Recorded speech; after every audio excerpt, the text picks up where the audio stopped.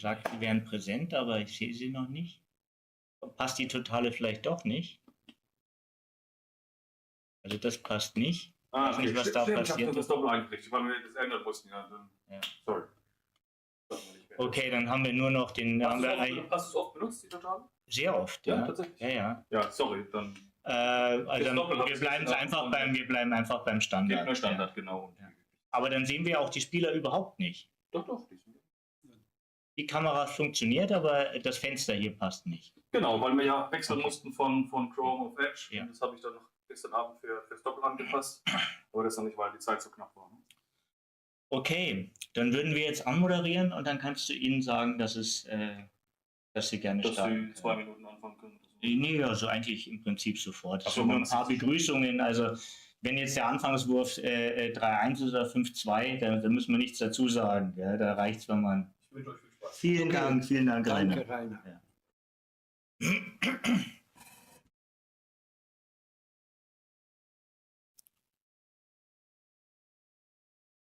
So, also im Prinzip ist der Ton auch gut. Der ist jetzt bereits angeschaltet. Einfach sprechen. Du kannst aber auch immer, wenn du willst, näher hingehen. Ja.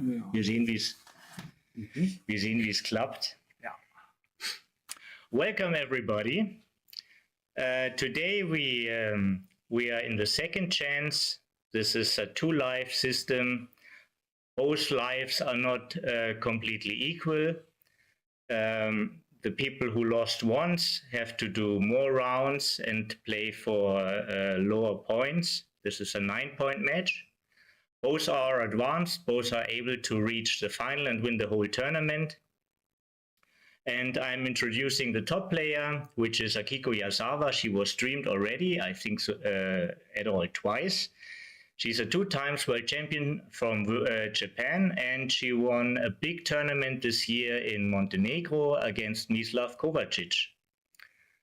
And her opponent is Tilman Söntjen and my dear friend and co-commentator Michel Lamotte. I'm very happy to have you here. You will introduce Tilman now. Sure, with pleasure. Well, I have known Tilman for some years. I was also visiting him in Berlin for a while, and we played together a lot. And I have a great respect for Tilman because he is not a professional backgammon player, I would say, in the sense that he plays for money or to make a living out of backgammon, but he approaches the game in a truly professional way. You know, his preparation, his dedication, his attitude over the board, his thinking and philosophizing over the board is really great, and he's been very successful in double consultation. He's been successful in super jackpots. Even recently in Monte Carlo, I think he made it to the semis of a super jackpot and cashed. So he is a frequent casher. So I think he is a true example for somebody like me who appreciates people who take the game seriously. Mm-hmm. So I'm looking forward to a great match, and I hope he does well. So common part of both players is probably the high dedication they put to this game. Yeah. I don't know about Akiko, how much time she invests in studying and... Maybe less lately, but she used to do sacrifice a lot of her time into studying. Okay. Well, then we have 2 very dedicated players. Yeah. And we also have a very dedicated chat. Hi, Jacques. Hi, Denise. Mm-hmm. There's Denise. Yeah. Hi, Denise. Great you're here again. Yeah, we're very happy. And all the other watchers, please say hello. I mean, if you can, it always gives us a little bit of response. And also, the people who watch more of the streams already know sometimes the microphone can have flunks. Just let us know. We can't avoid it completely, but we can fix it very easy. Yeah, I've noticed when I watched the stream that sometimes there was interference in the sound, but it was immediately alerted from viewers. And then a simple correction made it good again. Irene, hello. Nice you're watching. Yes, Irene, your husband is playing at the same stage of the tournament. Unfortunately, we have only one live stream at a time, but I hope to stream him in the next match. And I think if he's winning, he plays a winner of this match here. Wow. Yeah. Okay, so this is like what, the quarterfinal stage? This is like quarterfinals of defeated. This is last 9 in the tournament. Good, good, good. Okay, well, players are getting ready, last preparations. Tillman is also somebody who is very meticulous about his preparation. I saw him, I think he's one of the only players I have ever seen who brings his own little ventilator. He does? He has this little ventilator which he puts next to him to get some fresh air, because the playing room, especially the streaming room, is kind of hot and humid. Unfortunately, in the streaming room, there's no air condition. We're also suffering here in the commentators' room under these circumstances. It's a very warm day today in Aachen. It's like 34 degrees in shadow, and there's barely no shadow. So it's heating up. It's heating up. But in the regular playing rooms in the Palais, we have a nice air condition, and it's playing conditions are really great. Yeah. Well, yesterday, during the double consultation, it was a bit cramped. It was really cramped. We had to look for chairs. We were all really close together, but I guess this cannot be helped. Yeah, it's hard. It's difficult to make a tournament really perfect, you know. But the concept of the double consultation in Swiss system, I like very much. Because otherwise, you know, you pay 500 euros, you lose your first 7-pointer, and bye-bye. You can go home. It's good that here you can lose the first 2 rounds and still qualify for the playoffs. So I think that's a very nice approach or invention, in fact. And I also think it doubles as a format, deserves more room and more acknowledgement. It's a great and very popular event, actually. Yeah. And for all the lovers of double events, there will be also a great and very high notated one in New York, beginning of next year in January, early January. There will be a Pro-Am doubles with an entry fee of $5,000. So this will be also a very remarkable event, and I'm actually very, very happy people put an eye on this. It used to be only side events, the doubles, but it's very popular. It's our own discipline, and I'm happy it gets more acknowledgement now. Yeah, but a concern that pops up in my head immediately is like who decides which player can qualify as an AM and who is a pro? I mean, am I an AM? I'm a 4.5 player. Can Mochi play with me? Where is the line drawn? I understand. I don't think actually that there are strict regulations. Yeah. No. I don't think that there are strict regulations. I don't have the schedule in front of me. I just, if you are interested in that event, maybe you look at chicagopoint.com and go to the New York City Metropolitan Area Open. It's the biggest tournament in the US, and you will find details about this brand new event there. Okay. I already have my eye on Tillman. You know, he had brought his own little towel. So I wouldn't be surprised if he prepared that towel very carefully, maybe sprinkling some fragrance on it, which he likes. So he really, really strives to play the game in the most perfect conditions and to be mentally really at ease. I saw him this morning and he was reading a book by a Japanese writer. Haruki Murakami. Yes, just because he plays doubles with Mochi, he wants to immerse himself a bit in the Japanese culture. So this illustrates his serious and dedicated approach to the game. And it reminds me also on another player. He is unfortunately not anymore among us. The former world champion Ion Risu. He had similar kinds of preparations. Yes. He had like a China oil where he inhaled a little bit to get more oxygen and more freshness. And Yes. he had a lot of things Around next to his board, yes, right? Yes. Yeah. Could you please ask them to use a solid black die? Ah, yes. So there's a viewer who asks, Jacques, asks if people would use the black dice. Yes, I go over and ask them. Yeah. I see Tillman is waiting for the sign to for the go-ahead. I think players are anxious to start, and so are we. So yes, Jacques, Toby has just run in to ask them to change the dice. And Denise, yes, I know, swimming would be great. I would give at least €2 here to be able to have a swim in between games or during the break, but it's not possible. We have some fresh water though. There is Tillman's little ventilator at the bottom. Yeah. You see? So we see there's a good atmosphere. I just went over because of your request, Chuck. What actually happened, they already started. There's a little delay on the stream, which makes perfectly sense.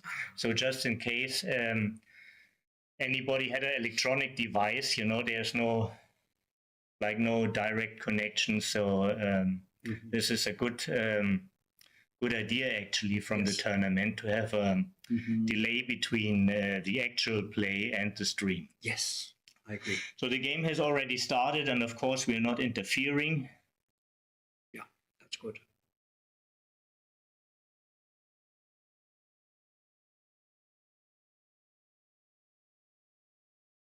Yeah, Tillman was a tennis player, and he often, when he talks to me, he compares his attitude towards playing backgammon to his tennis career. That's why, for instance, he didn't play in Monte Carlo. Well, he did play in the Super Jackpot, but not in the tournament, because this number of 227 doesn't feel comfortable with him. He prefers to be in... She will not like. It's all good. It's all good. Fine. Okay. So he prefers to be in sheets with 64 players, 128 players, things like that. Okay. Little remarks.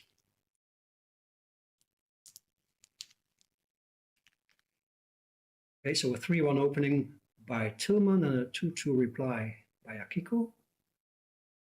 4-2. Tillman also goes for the advanced anchor. 6-3 should. Aha. Akiko is already pointing out two options. She can run off the butterfly anchor to the midpoint, which is all she could have hit, but maybe with black having the stronger board, this is the better option. Do you agree? I agree. I think she's like 7 pips up. She should run. Okay, good. Well played. Now 5-2. There are no attacking threats. Here Tillman also has a decision. I mean, he could Strong also attacking run. threats, yeah. He could run or play 2 down. The run covers the outfield and helps to create blocking points in your own outfield. Also, stripping the midpoint is maybe a positional downside, so I really like his play here. Okay. Yes, I see.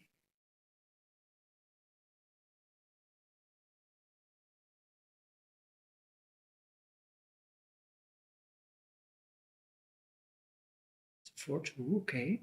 Ah, wow. Wow. So yes, you can play safe, or you could make the 9 points at the cost of leaving a direct shot. These are things which I would already struggle with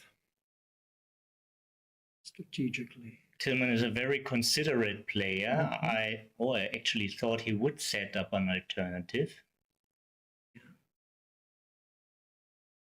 Aha. Wow. So coming up with the deuce by Tillman was actually a good play because it attacked the blot on the 9 point, and that prevented Akiko from running with her 4-5. Ah. Tillman is now trying to achieve full freedom, but gets hit. It's a bit of a bummer for Tillman. Right, but the 5 has is not a brilliant roll for Akiko. The 3 she was very happy about, but with the 5 she has to Yeah, she has to give him crunch a point. Yeah. Mhm.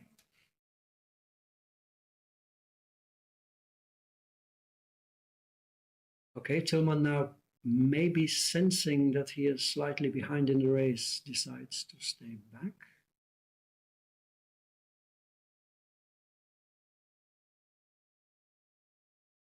Here, yeah, okay.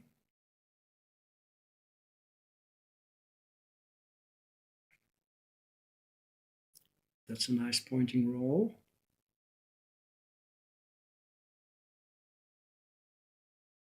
Or 5. Yes, jumps out, hoping to survive. But Tillman finds the hit. Wonderful. And the 3, Toby?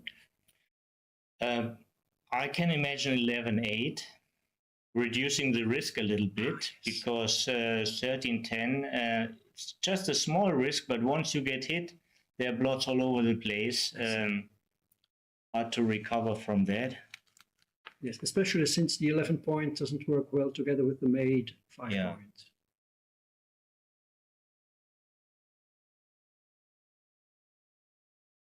So Tillman has the upper hand in the position.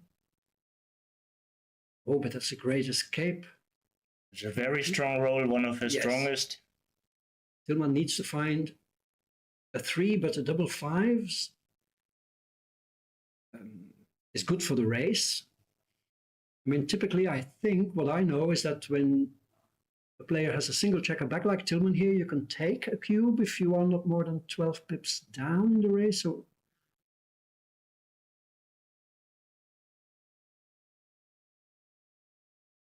I have no idea about the race for the moment. There can't be much in it, I think. 74, 94, 106 for white. So a rule of thumb is always, if you have no clue about the race, just check what happened with the hitting and if there have been any big doubles. Mm-hmm. They have been hitting on both sides. I think Tillman took more pips from Akiko by hitting in his outfield, more advanced in his outfield on the 15, and also he rolled a double 5, so it's an indicator that Tillman is supposedly a little bit up. Yeah. But of course, most players are able to counter race, and then you should do it. Just as a reference for the people who watch us, and they are fairly new to the game, and it takes them too much energy to count. Yeah, just look a little bit back what happened, and you get a first good idea. So here in this case, Akiko will come to the conclusion that the race is pretty close. She maybe has 5 pips advantage, I would guess. So she has a choice here between, is it clearing the 10 point or making the deuce? Are these her 2 options?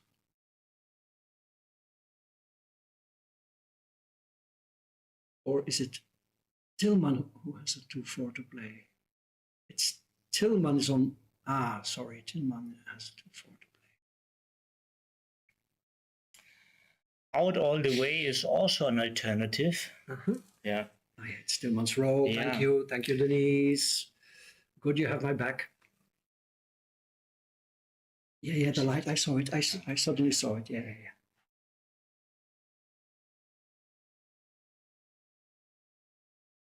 This doesn't look like a good move to me, the deuce to the 22. It brings like unpleasant contact, right? Yes. Yeah. You can get pointed on, and it doesn't really improve your escaping chances. So the alternative could be actually running, just going to the 18. Yeah.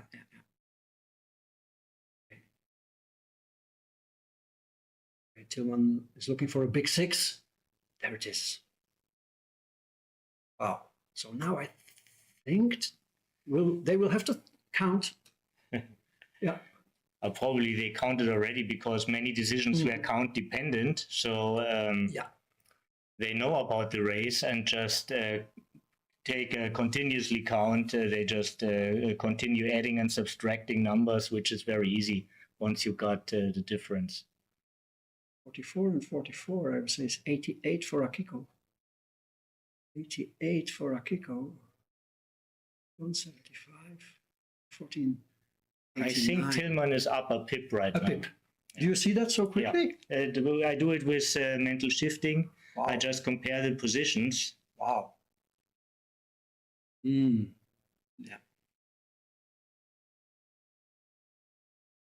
Okay. To demonstrate the method is like, the outfield checkers from Tillman. I move a 9 with them to make the 9 point. Then I move the last checker to the 10.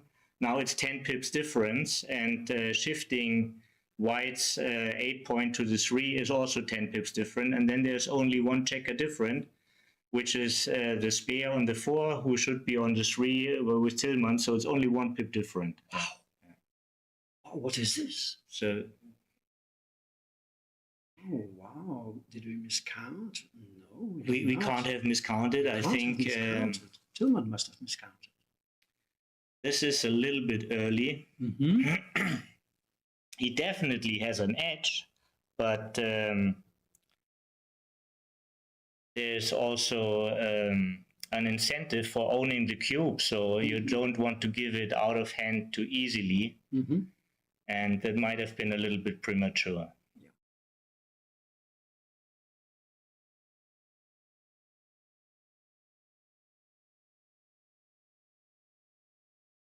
Okay, there is some confusion.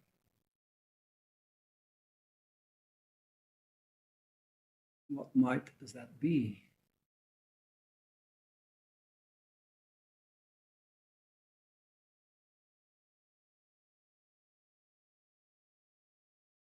I'm a bit mystified as to what they are discussing. Akiko seems to be maybe. The good thing is that they stopped the clock, so nobody loses time here.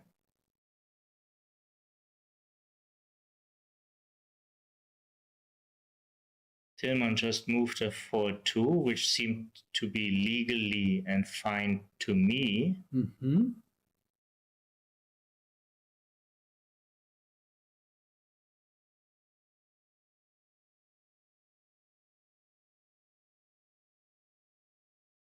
I know that Akiko doesn't shy away from correcting opponents' behaviors. If they do something which she does not really like, she is definitely not too shy to say something about it. I watched her play once, and the opponent had the bad habit of when she rolled her dice against his board, he constantly put her dice in the middle.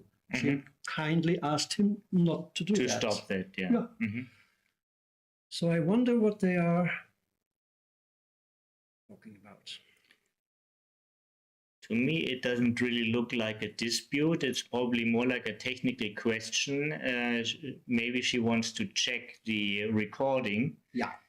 If everything is legal. Mm-hmm. Maybe she doubts something like that. And the best way is always to ask a referee or the technique supervisor. Okay.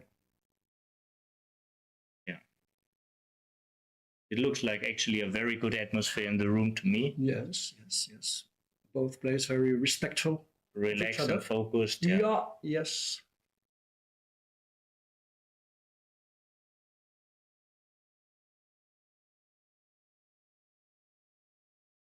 So Tillman's advantage is increasing. Well, certainly a big upside on his position were the crossovers, and we see that this comes into play very well here. Mm-hmm.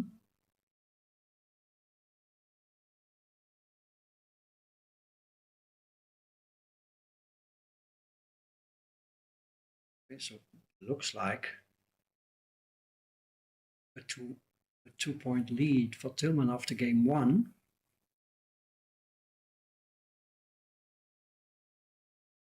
Of course, we never know.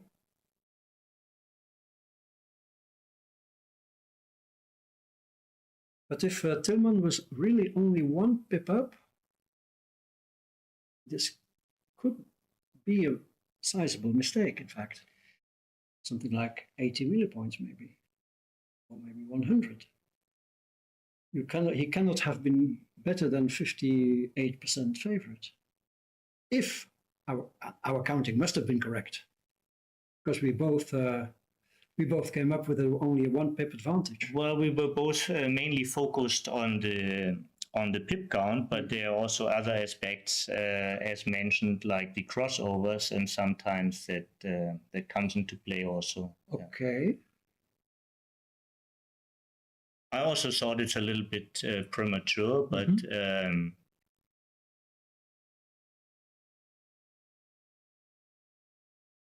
well, Tillman is definitely somebody who knows how to adjust. He knows when to adjust and against whom. Whether he will adjust in a big way against Akiko, I think he will. Because he told me that in his double consultation match with Mochi, okay, they were 2-way, 3-way. It was like a race. And Mochi suggested cubing because Mochi, of course, knows the computer says this is a cube. Tillman was able to talk him out of it because the opponents were probably 10 plus players. So I'm sure he would be willing to sacrifice a bit of equity in his doubling action to compensate for maybe a slight skill deficiency. It's not over yet. Kiko can save it. yes, there's 3 big doubles. Would be a and she rolls one. tough one to stomach for Tillman. Wow. But you see, no smashing of the clock, no pushing back of the chair, no throwing up the hands in despair, No. like we've seen recently at Monte Carlo, especially by many players. It was a bit sad to see how people really cannot control their emotions. I think in general you can say the higher the level of the players, the better the behavior is. At least this is something I perceive. Sure. Yes, it's definitely a trend. Yeah. And Akiko again caught a great start with double sixes. But fortunately for Tillman, he first escaped a checker with a 6-5.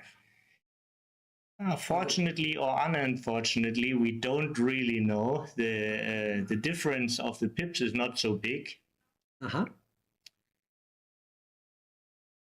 I think he still likes the sequence. I mean, of course, he doesn't like the double six, but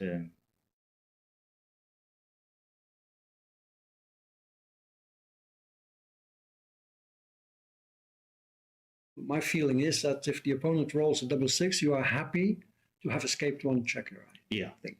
Yeah, I agree with you. Tillman comes up with a 3.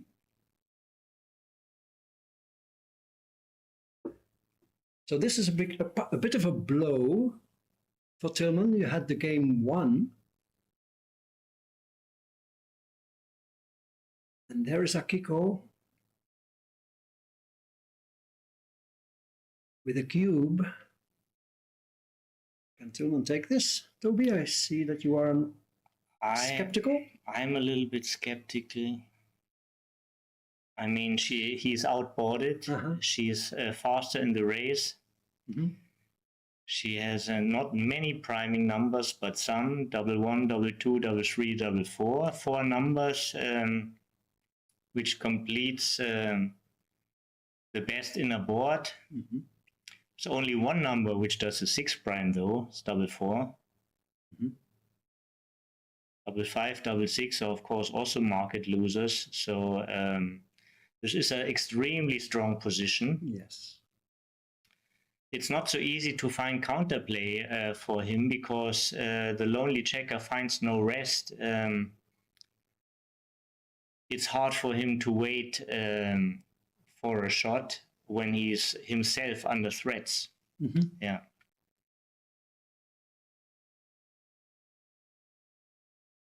He can probably take slightly deeper. He does take it. He can take slightly deeper while trailing in a match. Yeah. Yes. And it's not easy to say, you know, how much adjustment you want to make here. No. There is definitely a bit of adjustment to be made when you are 2 points down, because you have quite some recube vig. Mm-hmm. Should Tillman end up in a situation which is mutually gammonish, he can send a powerful cube. Recube.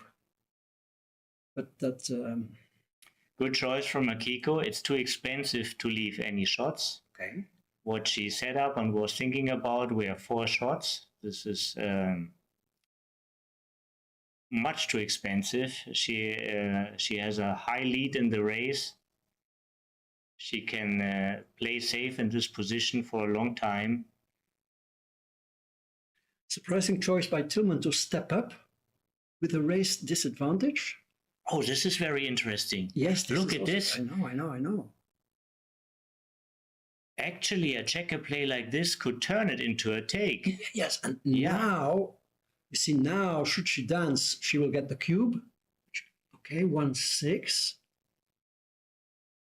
Now, this is already something Tillman might want to look at.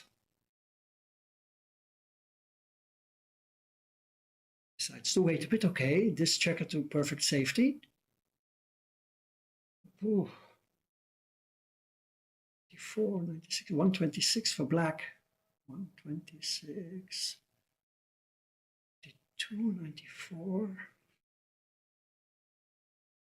118. So Tillman is still about 5 or 6 pips down, I would say. But he does have some crushing sequences here. This would be an aggressive recube.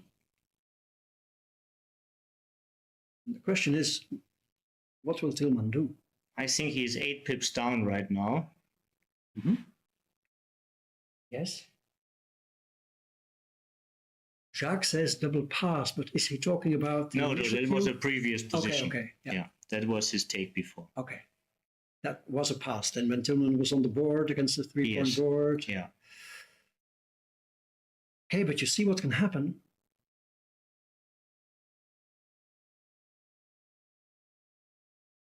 I always have to think about this final in 2013 between Lars Strabold and Slava Pryatkin, where the score was like 6-5, and Pryatkin took a 2-cube and then shipped it back to 4 like pretty quickly, very aggressively. And even when he was leading 15, I think it was 15-9, he reshipped the cube to 4. And Falafel was saying, how can you do that? This is ridiculous, and blah, blah, blah, blah, blah. Okay, but things... And he won 8 points on the match. Well, he won 12 points on the match. So if you can do things like that, as if you consider yourself to be the lesser player. So 62% winning chances, says Jacques. So I think Tillman would be well justified to give it, and he does do it. And of course, Akiko has to take, but bad things can happen, but this is not Tillman's best. Good for catching up in the race. It's a high number. Yeah. Bringing builders without leaving shots. Okay, Jappi, or I don't know who that is, says he would... Jens Auerkamp, Jappi. Jappi? Yeah, good player from the area. Yes. Okay, Tillman cannot find the crusher. 3-2 is a bit of a... Can you play 2 down? Well, you want to be a little bit respectful of the strong board of the opponent. Yes. Yeah. Wow. He's happy he didn't do that. Yeah, not only the shots, also he blocks double sixes by keeping the midpoint. Yes. Okay, but Tillman now badly needs a roll which improves his prime. Yeah, by far the best would be double aces. Yeah. Well spotted. Yeah, 6 prime, instant 6 prime, yeah. Yeah. Okay, snap take, Denise says, she's right, sure, but I can understand the cube. Same thing in the semi-final in Monte Carlo, you know, and there's Brandon Macklin against Wilcox Snellings. Mhm. You know, Mhm. he gets an easy take. I remember the first game. First game. Yeah. I mean, I didn't understand how Will gave him this cube. Okay, it's 35 millipoints correct, but This is a proper technical play, by the way. Whole focus is on the 5 point. I could have made the 5 point, but he didn't want to. The 6 is forced. And even if it hurts, you have to step up. He needs a pointing roll. There it is. Wow. Okay. Akiko is in trouble unless she finds a 3 quickly. And she Yes. does. Okay, wow. Once again, Tillman hoping for a pointing roll. No. Wow. And wow. Wow. So there are two options now, either Yes. making the 2 point or bringing another, the loose spare to the 5. The spare on the 11 doesn't cover much of the field. It only is insurance for 6-1, but there's a huge downside on 6-2. So not clear about the merits of that. And by making the 2 point, you take builders away you need actually for pointing on your opponent. So I think he chose the best play. Big roll coming up. Oh. Akiko finds the 6. She escapes from Yeah. a dire predicament. Wow. Okay, Okay, we'll see more cube action now, I guess. well, she will have to think about this. She will have to think about this. Wow. So, if Tillman drops, he is 9 away, 3 away. 9 away, 3 away. 510 divided by 16. I think she's like 13 pips up here. Yeah. I think she needs to spend time to figure out what Tillman's stake point is. Because if True, it's not an ordinary cube. It's not a No. recube. It's a re-recube. It's an 8 Yes. cube. Yes, and it will come back right away. So 9 away, 3 away.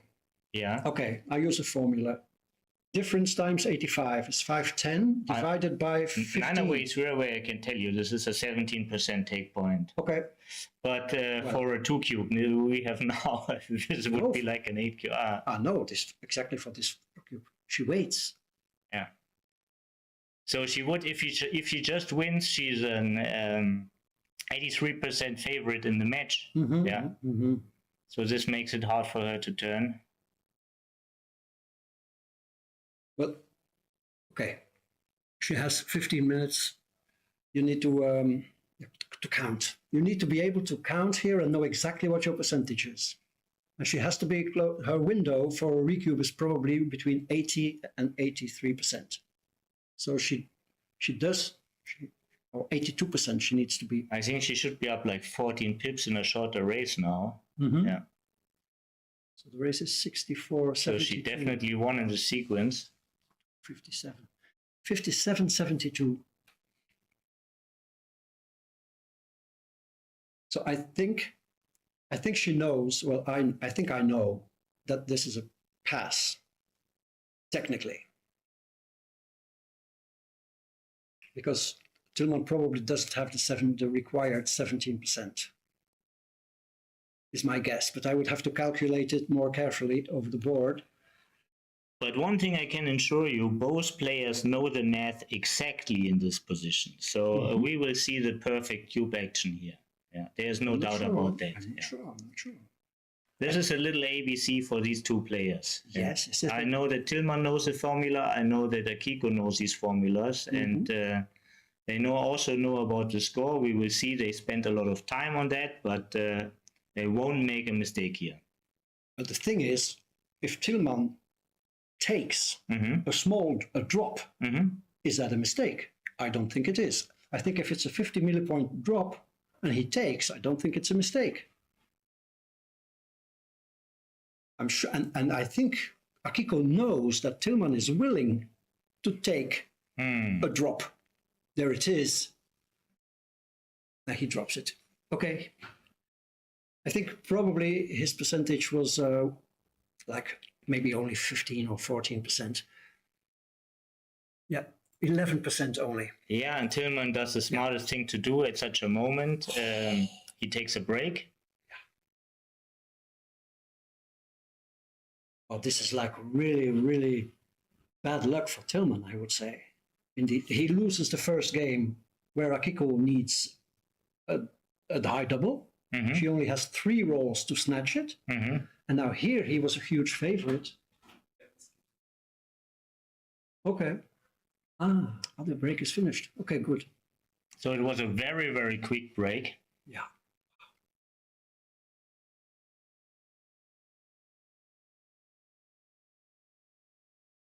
So we talked about the score before. Tillman should be around 17% here in this at that match score. So he's inclined to double aggressively, and he has a very low take point. Yes, because his recube is almost automatic.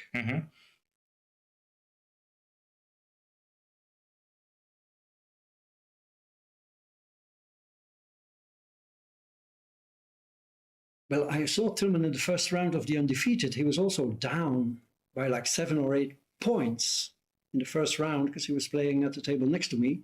But he still came back and won. Julie, hello. Ah, Julie, bonjour. Yeah. Quel plaisir. We're both happy to see you here. Yeah.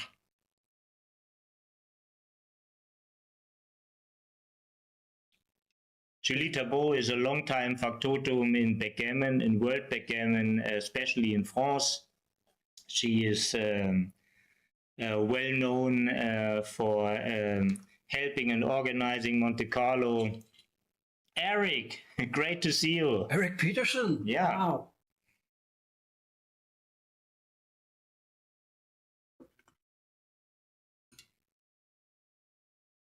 And Julie, by the way, is also the source if you want to get the best book of the last 20 years, François Tardieu's Backgammon Strategies. She's the source how to get it. Yes. You've read the book, right? I read it, but And did you love it? I liked it, but I felt that this was okay. That for me, common knowledge. Oh, really? Yes, but I need to because I talked to Olivier Ducouteau, and he really convinced me of the profundity of the book. That there are deeper layers, which probably I have not detected in the first reading. So I asked Sonia, my wife, to bring the book because she's arriving today, and I wanted to have the book again with me to read it again and look for the deeper layers. I think it's almost like Mozart, you know. First, it's like a very easy melody, but when you go deeper, you find a high complexity and a lot of pleasure afterwards, even in a third layer. Yeah. Akiko is again crushing Tillman, by the way. He's on the bar. She's now making the 5 point.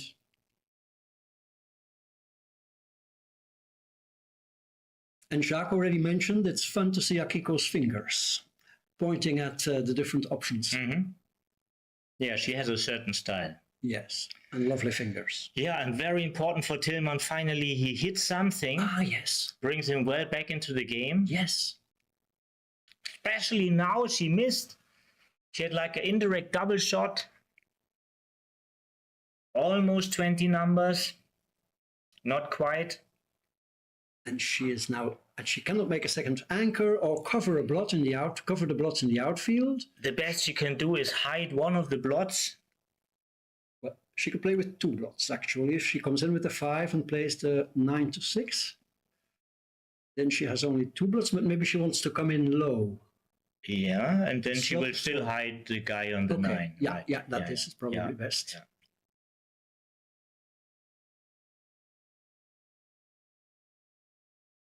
Okay. Very good role for Tillman. Yep. Hitting and playing safe, fairly safe. Yes. So he gets a little bit of breathing here. Yes. Okay. Yep. Out to the 14. To her 14. Ah, no. This is often used in the past. It's not in all positions right to step up with the front checkers, because you have, then it's a tendency that you set yourself back, like you're going for a second low anchor, and maybe that's not at all her strategy here. Maybe More surface to be attacked, you know.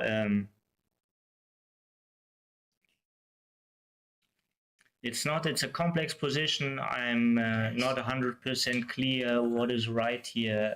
I respect her play a lot. And actually, it's deceiving, but the race is pretty close, believe it or not. I do believe it very well, yeah.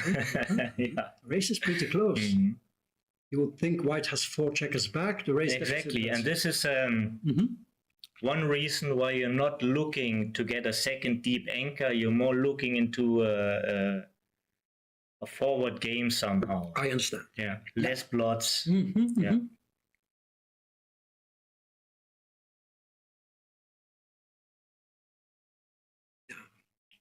So he can play super safe or attack another one.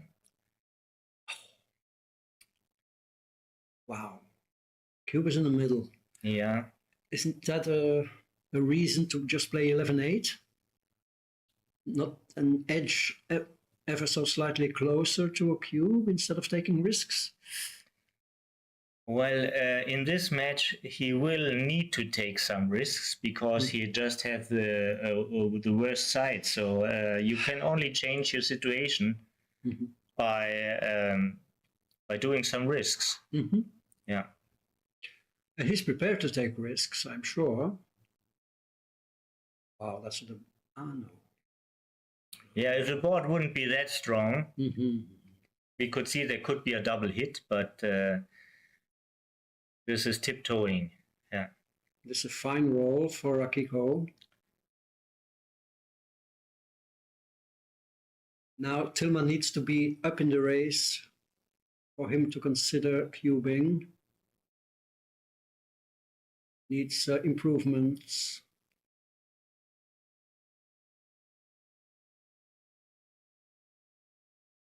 Yeah, no need to stay back for contact. She has plenty. Or she has plenty of contact, yes. Triple blotting in the board, maybe? Yes, I think he can widely slot. It's the quickest way to make a board, and it's also very efficient later on in the payoff if you have a good distribution. Great roll by Akiko. Yes. Big swing on that. Catching up in the race and solving the problem of the second anchor she can't keep anyhow.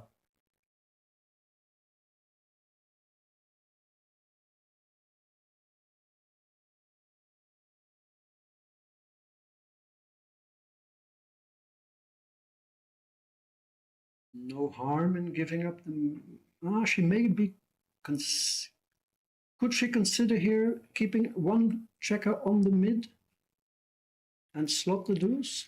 Well, there's no way that Tillman has to hit, so it would be completely optional for him. He would only hit with a joker like double one, and then it's certainly a downside.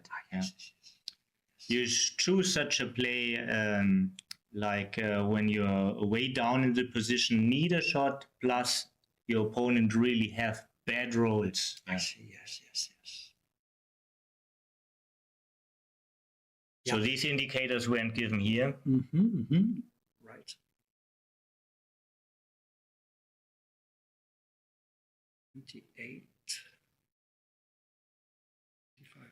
A big roll for Tillman. Big one, yes. Okay, now he may come into cube territory. Absolutely. Yeah. Yes.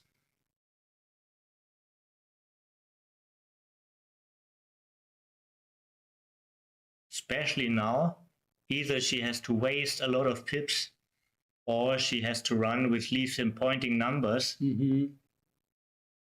So this high number wasn't a good number for her. No. Yes, she would have preferred something small. Correct.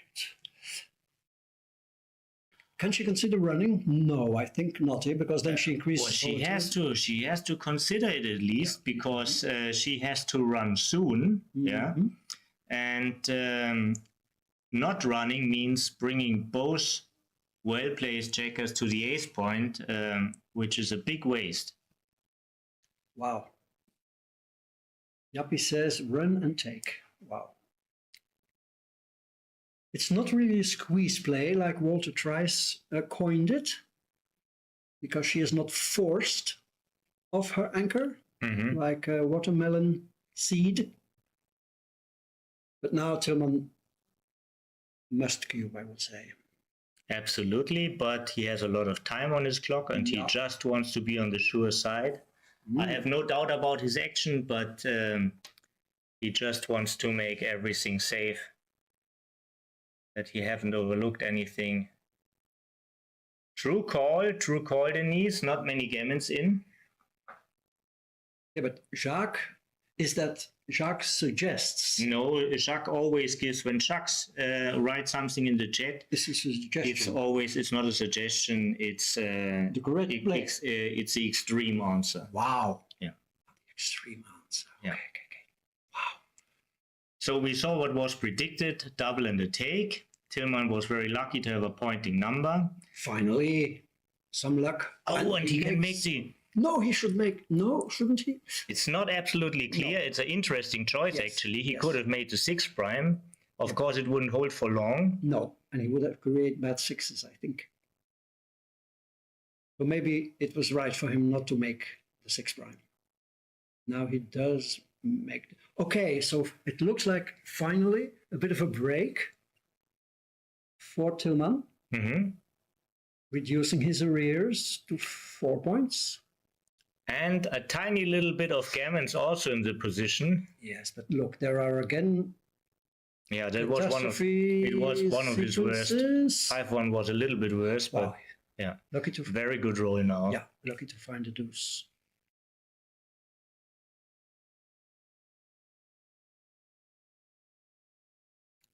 And now it's interesting. Yes. Maybe he wants to take a little risk and clear the 3 to pair checker off, because gammons are increasing.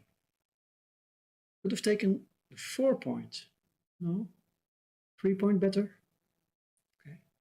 Well, it was bearing a checker off. Yes. Yeah. That's true. That's the difference. Can she afford to stay with 9 checkers remaining for black? She will figure it out. And here we are, I'm consulting you. So this is the question. She can afford it. But look at this. Yes. Wow, freak gammons Yeah. are possible. Not only that, I think it was almost like 50-50, but 6-5 is a killer. Still small chance. No. Yeah. Okay. Akiko saves it. Big sigh of relief for Tillman, who gets his first points on the board. Yeah, we've seen this before. Make sure the clock is stopped. It is stopped. It's probably stopped now. Yeah.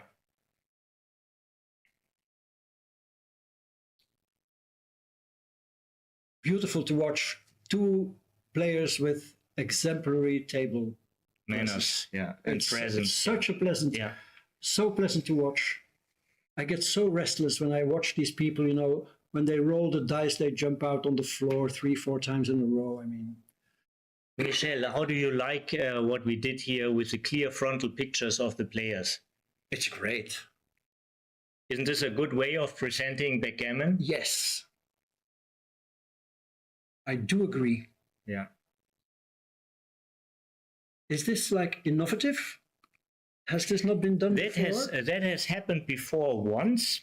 It at the Istafta anniversary tournament in April, and I thought it's a great innovation. Yes. It's wonderful.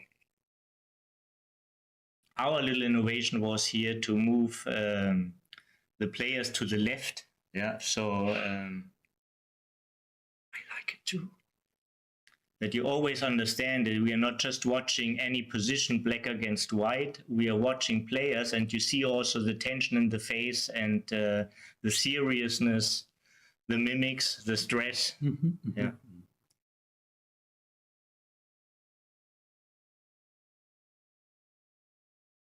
Yeah, it's first, you pointed out to me, but now it's dawning on me that it's really very nice. Mm-hmm. Akiko is sitting over there. You can see her arm move. You can see her thinking. Same thing with Tillman at the bottom. I think these kind of things help to present backgammon as a sport better. Definitely. For sure. And it also helps the people to understand the respect for their decisions. Mm-hmm. Yeah. Sure.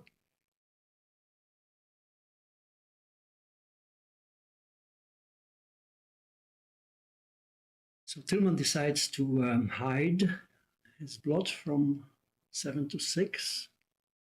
Mm-hmm. The overstack often isn't right, but here you just don't want to get hit because all your achievements were by having less checkers behind and being up in pips. Yeah. So you don't want to jeopardize them. Right.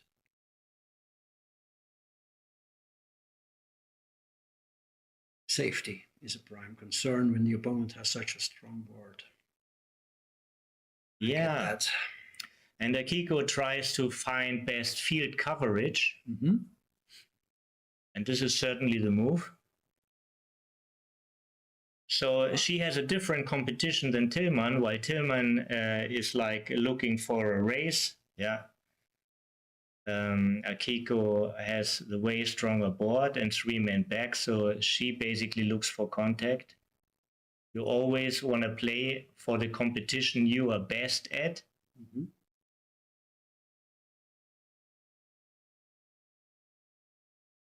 Does she want to step out to the 15 points in the hope of being hit and come back in on the ace? Or is that too complicated or too far-fetched? Well, again, I don't see how he has to hit her. So it would be, again, only voluntarily. Like with 6-2, it could be actually helping him. Yeah. So I think she would have gotten better field coverage by staying back. Actually, her plan worked out. She got hit and entered on the ace, which improves her contact value. But she might have gotten more shots just staying back, and maybe the plan would have worked in a different way. Maybe she could have hit already. Okay. Yeah.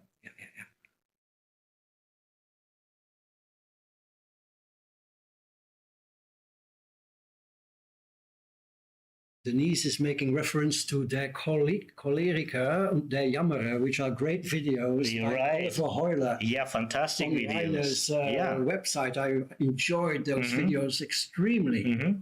Oliver Heuler, I've never heard of him, but he is such a entertaining and academic. Yeah.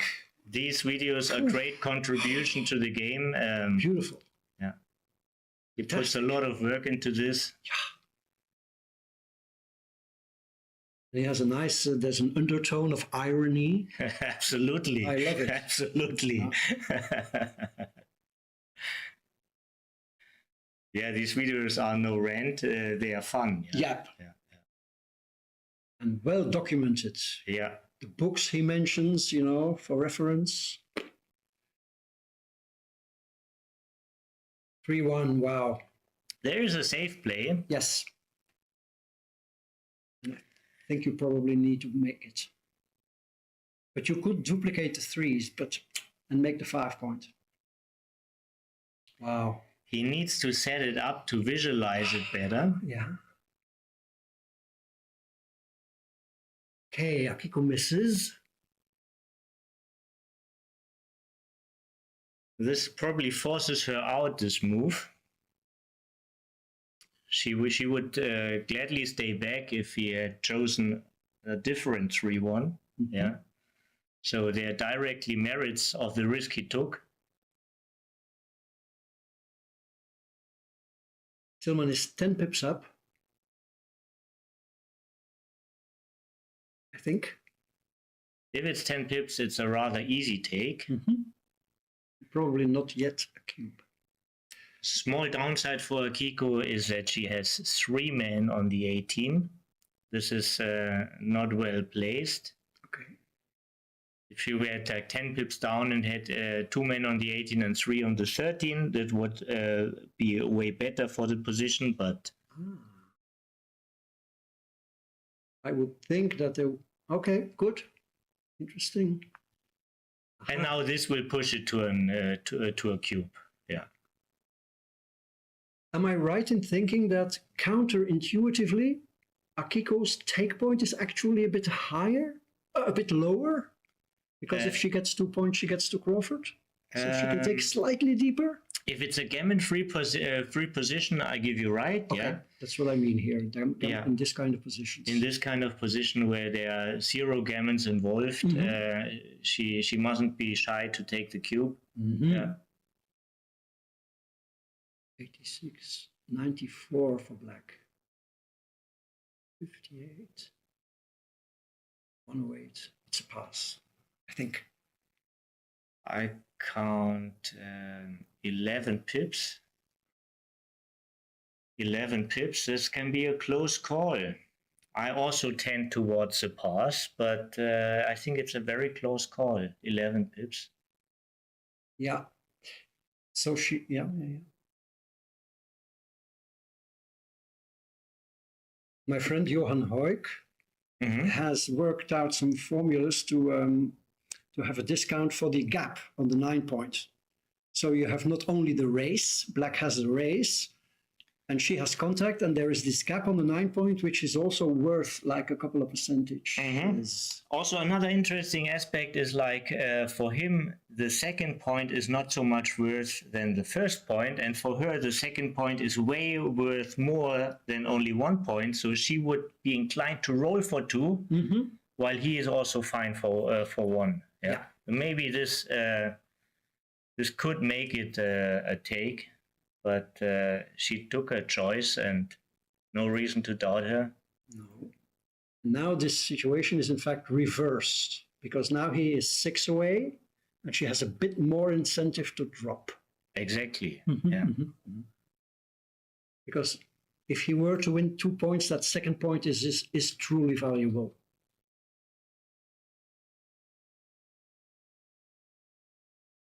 We all know that Michi calls this a happy score. When you are 4 away or 6 away. I actually didn't know that, but I like the term. I like the term. It's a happy score, he says. This is something Michi is really great. Yes. Yeah. He puts like picture in the words. Yeah. Yes. Yeah. You can see a smile when you hear the happy score. Yeah.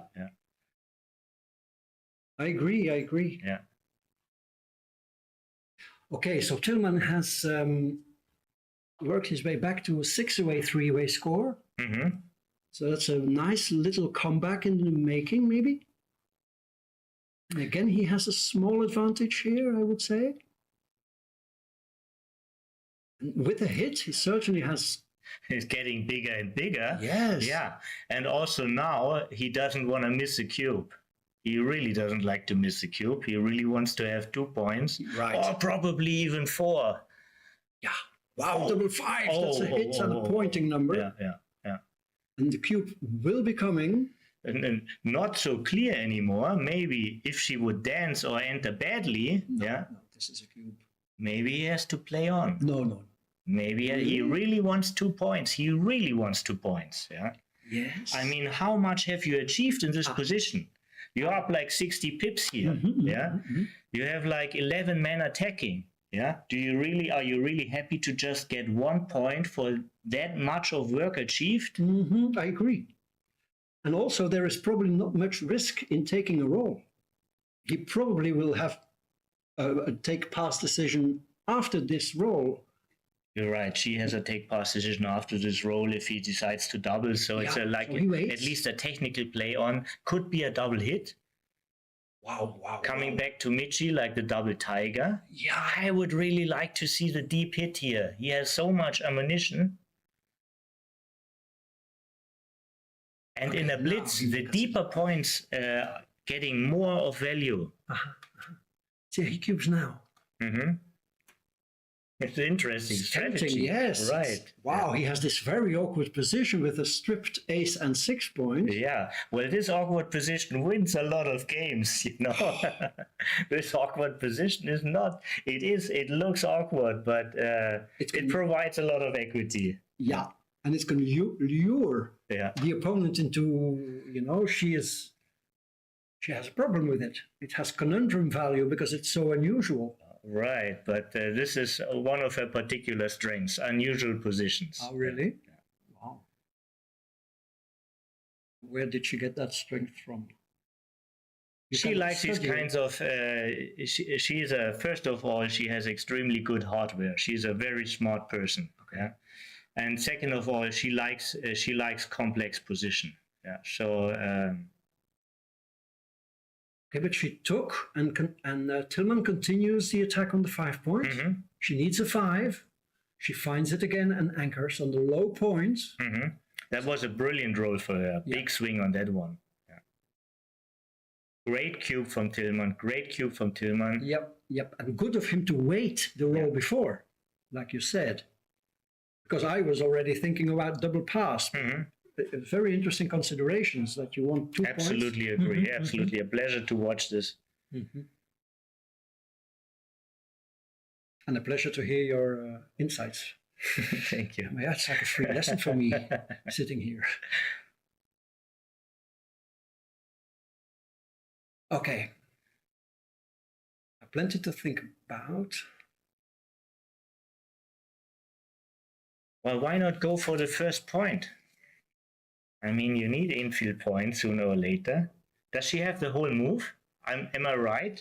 She doesn't. She has to play a full 5-3. Yes, she does. Yes. What's wrong with that? Okay.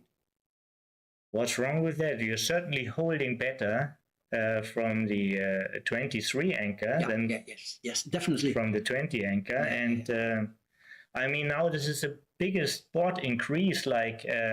It's not 1 point, just 1 point more. You have to see it in dancing numbers. Yeah, it would be only one dancing number like that. But when she makes a second point, it becomes like 4 dancing numbers for the opponent. So it's a huge increase actually in power of board strength. And especially since the alternative she puts on the board there, making the 20 point and stepping up to the 18, cannot be right. Because she's down in the race. She needs that low anchor. I think she made a great choice here. Definitely. Yeah. Bravo, Akiko. Yeah.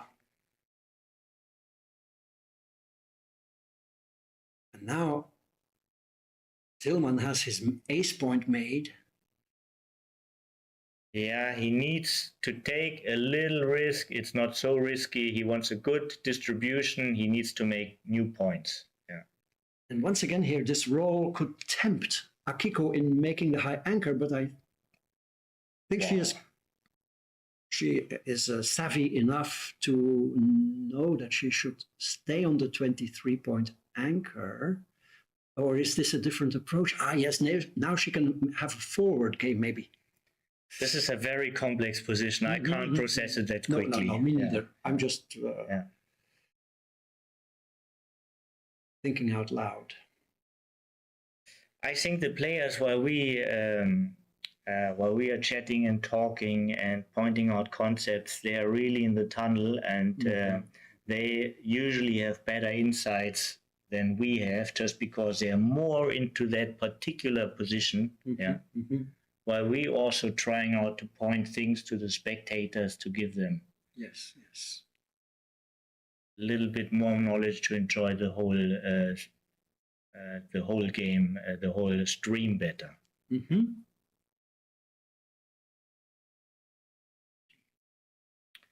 Very painful number. This is clearly the worst. It's forced. Yeah. But you see, no signs of frustration. No sighing, no whining, no slamming of cups. He is very well prepared. This is an important match, and he needs to keep his emotions calm to make good decisions. This is the only way to provide the best equity for winning. Yeah.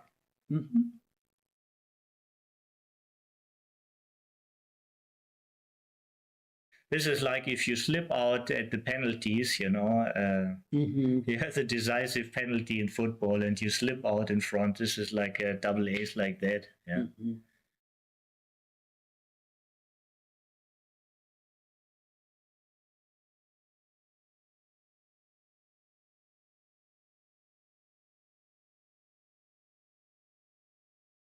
Aha, there is Tudor from Romania joining our stream.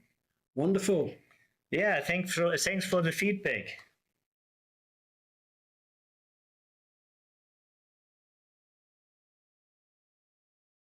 Looks to me, maybe I'm wrong, that Tillman's position has improved now that Akiko's low anchor has gone. She had a pretty useless role, like a 5-3, and it's very open, and every game everything changes. So this is such a high dynamic in this position. Yeah. Once we say something and there's a new role, everything is wrong what we said in the past. So it's just be baffled and watch. That's Very important to come in, and he also hits. And the dance. Oh, very decisive. Oh, wait. No, he doubled already. No. He doubled a long time ago. Okay. Yes. We switch off the tone and see you back.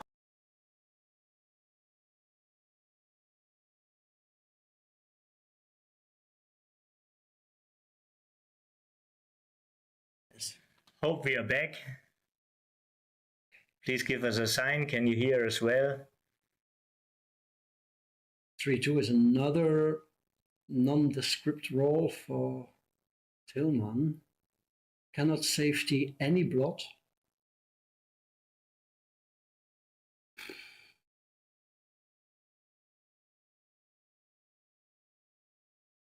Yeah, maybe he can duplicate twos by going to the 14.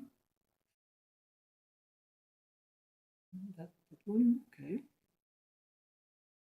Going towards the right direction at least. Yeah, duplication. She dances again. Yeah, yes. If Tillman managed to win a gammon here, Wow. he would take the lead in the match 2 away, 3 away. What a sensational Turnarounds. Yes. Yeah, an unbelievable game. Yeah. Wow, and she dances again. How luck can change. There's the 4 point. Yeah. Wow, there are definitely gammons here for Tillman. Not so many, but if she keeps on dancing, increasing roll by roll, it does not make the 4 point. But doesn't make the 4 point. It brings a guy to the 9 and 11 to the 7. yeah. Perfect distribution for making the 3 point. No hitting numbers for her. This is a safe play, a lot of plots, but it's very safe. Was a very, very strong roll. And now he really has a lot of gammons he can win. Fairly over 50% now, I guess. Keep the 4 builders for the 3 point, I would suggest. And play 14-11. Maybe 9-6. Ah, yes. No. Okay, no, I like this move actually a lot. Double 4. Yeah, there's no hitting numbers at all. There's no additional risk. He made a crossover. Yeah. He keeps the builder strength. Yeah. No. This is double 3s. So good. You reduce your builders for the 3 point. Yeah. This is good. 4 minutes only now for Tillman and 5. Now a 3. And now he has to hit loose. You are not there. The pointing number. Wow. Yeah. Wow. 70% gammons. Yeah. He's a favorite to become a favorite in the match. His heart must be pumping. For sure it is. And hers too, by the way. Yeah. Thank you, Irene, for confirming that the sound is back on. Okay, but she came in. So that was a good roll for Akiko. as far as saving gammons is concerned. So this would provide a fast bear in, clearing the bar point, and a fast bear in provides a fast bear off, which results in more gammons. That's exactly what he wants. Yeah.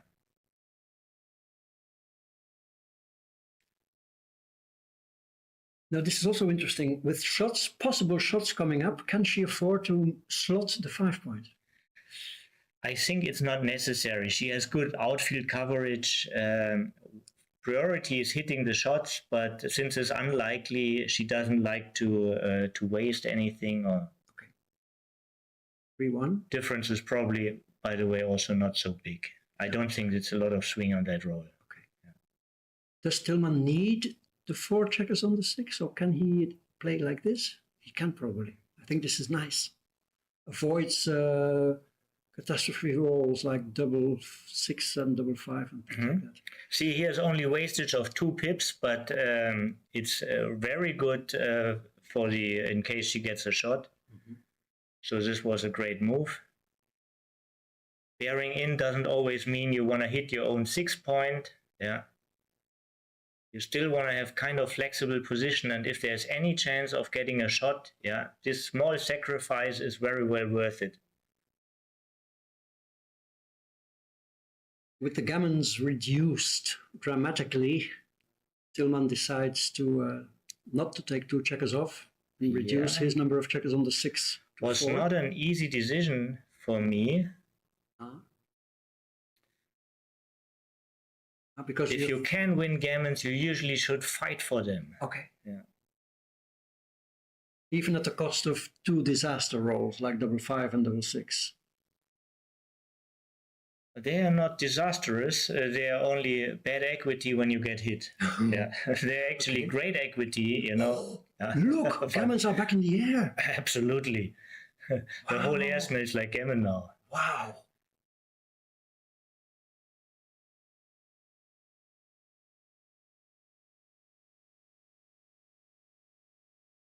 Like 5 crossovers for white and 6 crossovers for black with white on roll. So Kiko is a solid favorite to save the gammon. She needs to avoid aces and such. But she needs high numbers. She does need high numbers. Okay.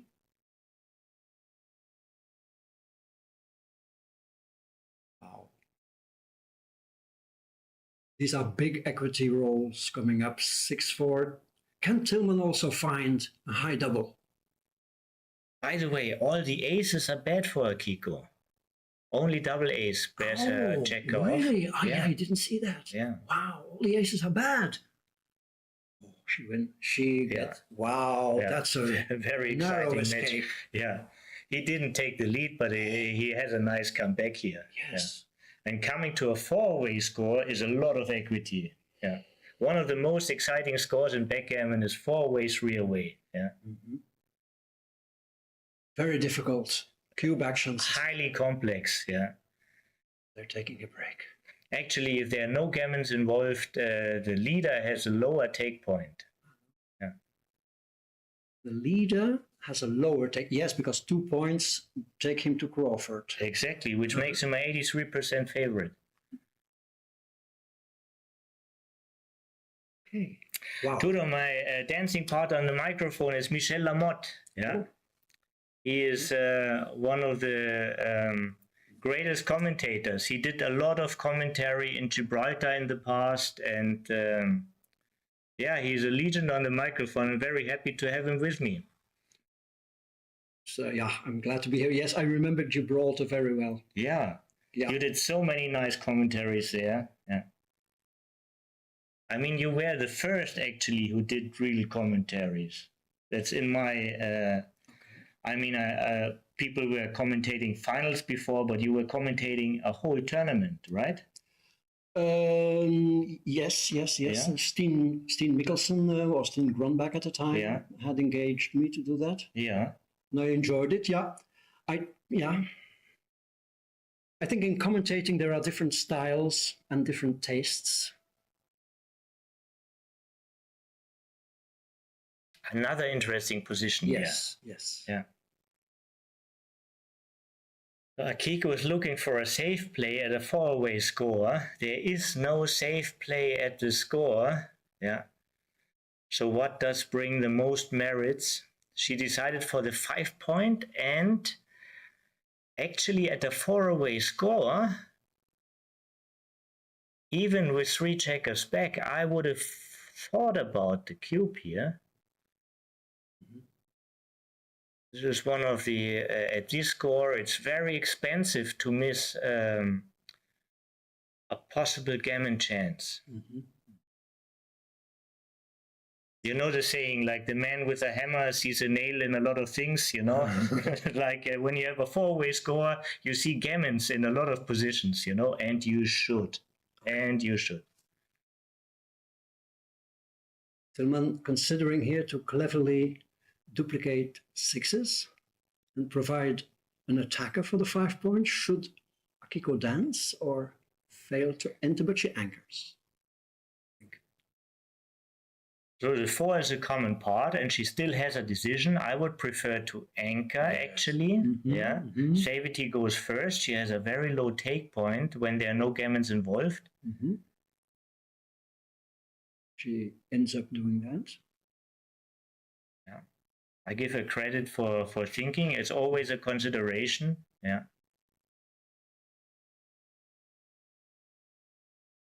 So now the gammons are out of the picture for the moment. Tillman makes the 9 points. And since there are no gammons here, there's no reason to cube for nobody at the moment.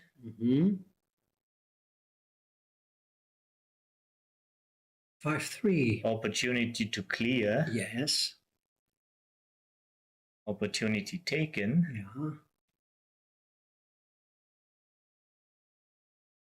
No 3. Now the race needs to be counted.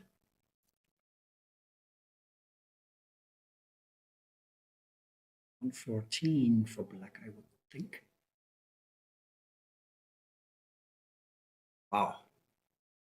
30. Should be around 20 pips. Yes, huh? Yeah. I agree. 114, 135 or something like that. So I think he can wait and safety the checker first. I think so too, because of the special score, actually. Yeah. Yeah. Her take point being a bit lower. A good decision. And a good roll. Now he can reconsider. Yes, if she rolls less than 7, I think he should double, actually. Okay. 2 minutes 50. So what is this? 81, 99, 107 for black.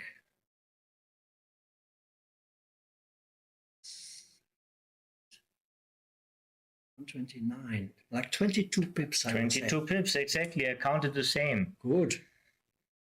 Wow, good cube.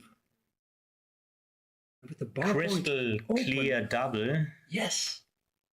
Crystal clear. I think she can take. As with the bar point open. Right, as we pointed out earlier, she has a lower take point at that score. There are 0 gammons in the position. Yeah. It's a 5-point holding game. Yeah. Yes, she does. She knows her reference positions.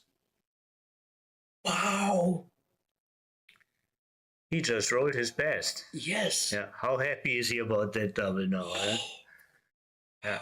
Akiko, you did nothing wrong. No. Yeah. But since we looked at 22 pips before, it should be around like 45. So the race is pretty much toast. Yep. And there are not many, there's not a high hitting equity. Oh, she's coming back with a high double. Yeah. Look at this.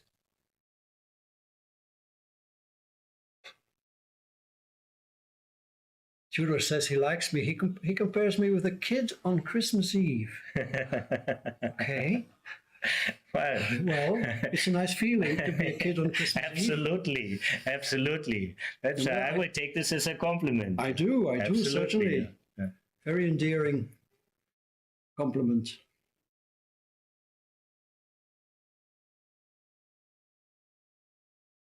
Well, the backgammon gods can still strike a lightning bolt here. 6-2 happens, but not this time.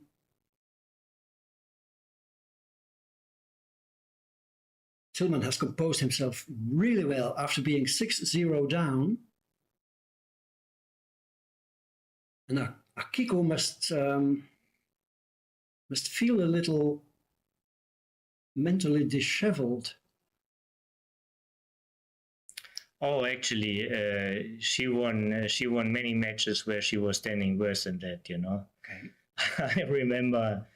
I remember her first title when before she played Doug Mayfield, and when she played him, she was dead like in the semi-final. She was dead like in the final. She always stood up, you know, and she won these games. Mm-hmm. And she had a lovely speech at the Middle Eastern Championship half a year ago in Cyprus. She said she believes that she is a lucky person. Mm-hmm. Yeah. So this puts yourself in a good mental strength if you believe that about yourself, you know. She is not she leaves herself never hanging, you know. I understand that. Yeah. One of the reasons I didn't play in Monte Carlo, although I was there, was precisely because I lacked that kind of self-belief. Yeah. You know? Yeah. My frame of mind was, I'm going to lose, you know, you will see, I'm going to lose, and then you'd better not play. Absolutely. This is a wrong mindset. Absolutely the wrong mindset. Yeah. So there were no surprises given. We look at a 2-away, 3-away score. Marianne is also watching us. Fantastic. Marianne is watching. Wow. Hello, Marianne. To transpire even more.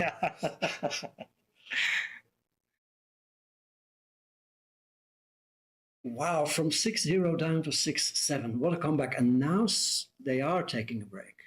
And we are too. I am too. I'm going to go for a quickie to the loo. Okay. And once you're quick back, I will do it. But I stay here with the audience meanwhile. Yeah. Okay, good. Yeah. Yeah, thank you for your nice feedback. It's always good to notice that we are not talking to a wall. It's always good to see that there's a full room and people participate and enjoy. So now we are looking at a 3-away, 2-away score, which means both have actually higher take points. Yeah, not only the trailer, only the leader, but also the trailer. And especially for the trailer, 2 points are extremely important. Yeah, extremely important because it's a big edge to be at Crawford. So in many positions, like you roll a joker, you might suddenly find you to be too good. Yeah.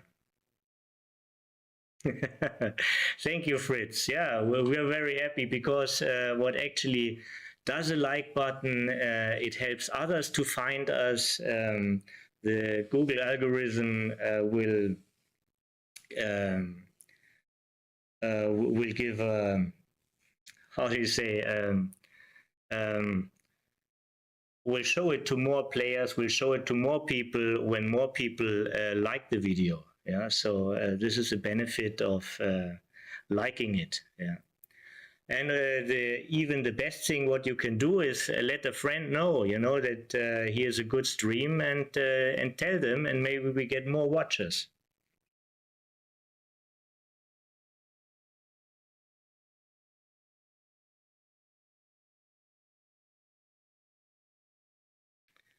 There will be a second match after this today, if I get the schedule right. It should start at either 3:30 or 4 o'clock. I will figure that out for you. And at night, we will continue with the doubles event on a different channel. This will be the channel of the World Backgammon Federation, WBGF. And we broadcast 2 more matches from the World Doubles event. And after tonight, we will go into knockout stage. Tomorrow night, there's a gala event. There won't be any stream, and we continue then on Thursday. There will be one stream tomorrow in the early afternoon, but no stream at night. Yes, it is the first tournament in Aachen.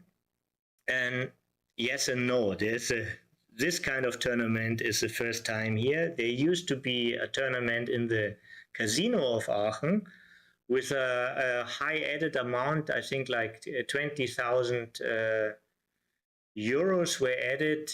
That tournament, oh no, it was Deutschmark. It was before the euro. This tournament was held like in the late 90s. And yeah, it was also full of celebrities, was a great event, but then it stopped completely. And now, since a few years, a startup group was meeting in Aachen. Markus Reinert, the producer of this tournament, was putting a lot of effort to show this wonderful game to kids. He is having lessons at school. He was going to schools to teach kids there after the regular lessons, and he also started a meetup group. He reactivated player who stopped playing for years, and to top all this, or to push his ambitions, he worked on that tournament for the last 2 years.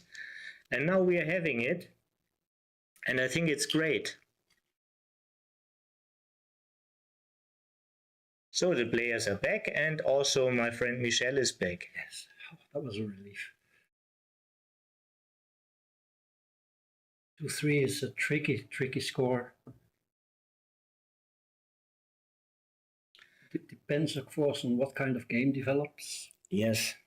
I already told the audience that the take point is higher for both players at that score. Yeah. While usually the take point is only higher for the leader, yeah, who wants to preserve the lead. Here it's both ways. Yeah, 25 point something percent. Or 3, that's the best reply.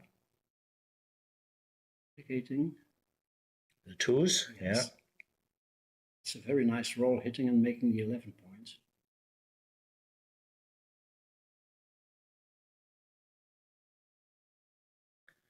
For 2 is killing the gammons. Yeah, he points out 2 options.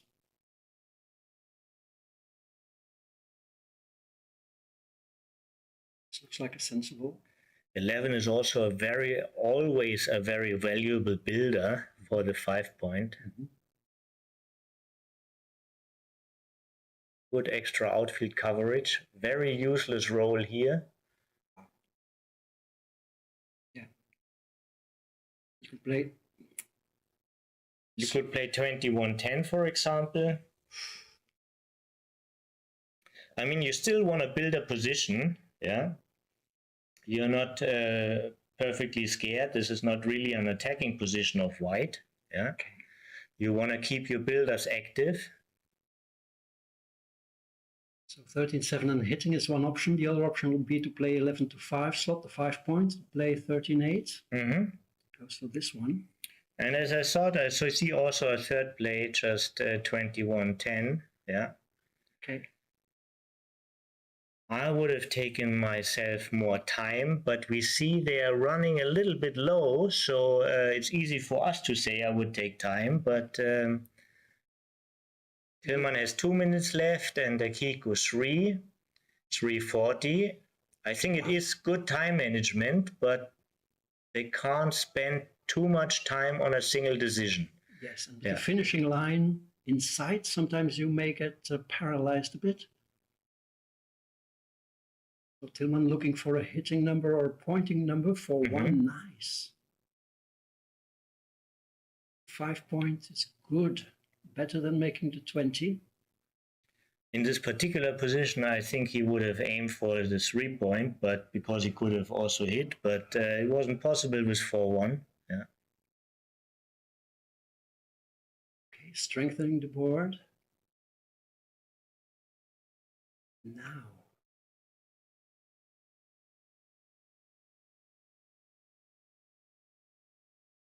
And out. And out? Maybe. Maybe. I don't.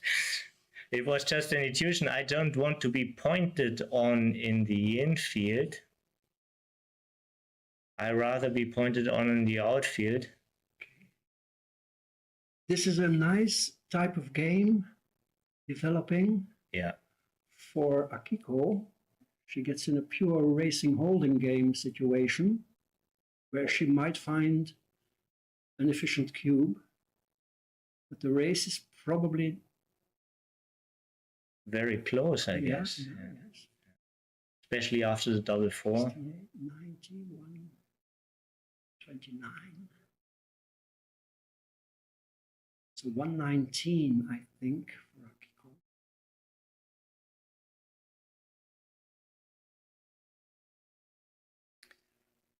It's close. So no cube yet for Akiko.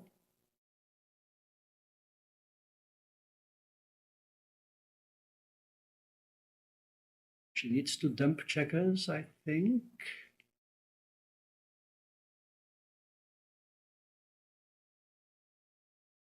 Her position now becoming a bit brittle.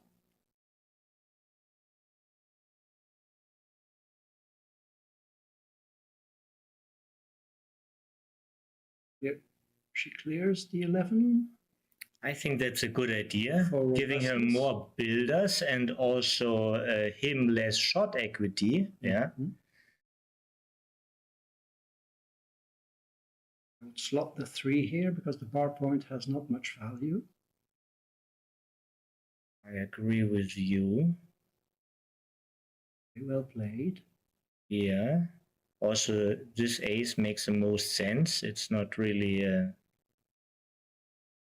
It's just everywhere else more inefficient. So this is the reason for the ace.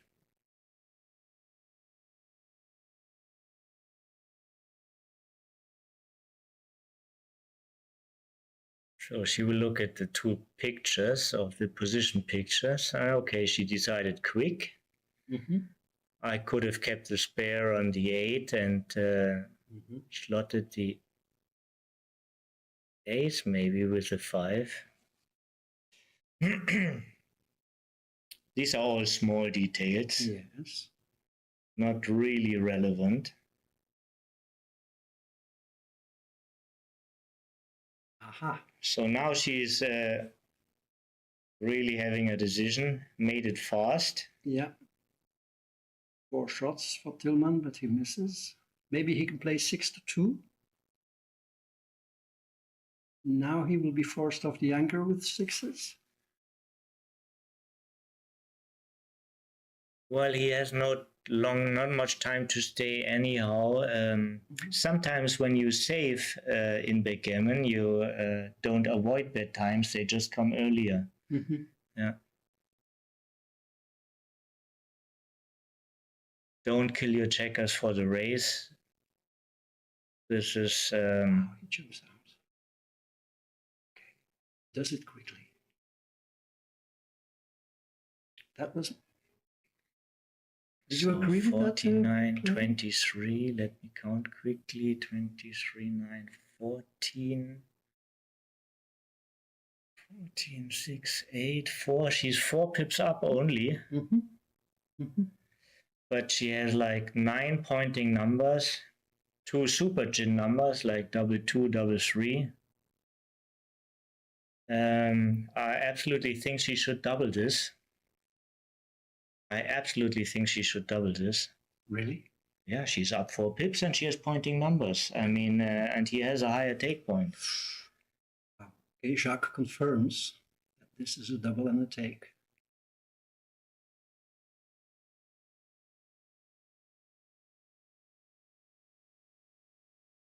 Thank you, Fritz Muck, for reminding us. We're reminding the viewers that hitting the like button is free. Okay, there is the cube. Not many gammons in it. And she has blood levers. So I think you can take.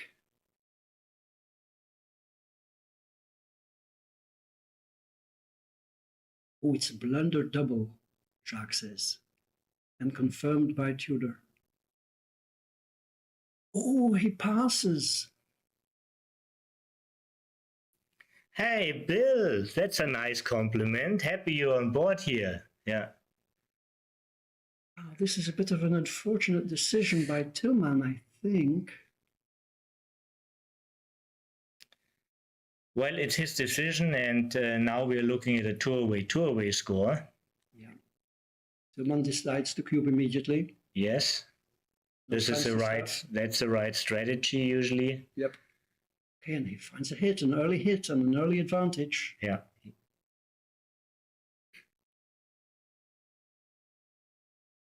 Where do you anchor?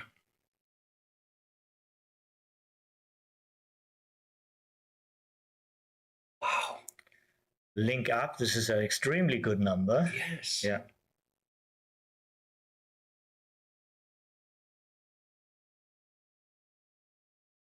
Now, since he has a racing lead, he just wants to cut contact.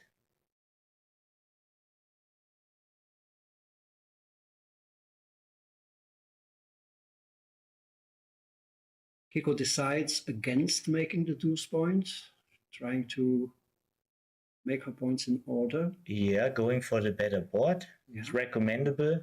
Mhm. She doesn't need the early 2 point because there were like not a single number which would have left a shot. Right. Yeah. So this is how you decide how early you need points. Yeah. Wasn't it an option here to play 13-8 and slot the 3? Absolutely, it was absolutely an option, but he decided to play that quick. Mhm. He has a minute left on the clock, which is usually enough for one game. Mhm.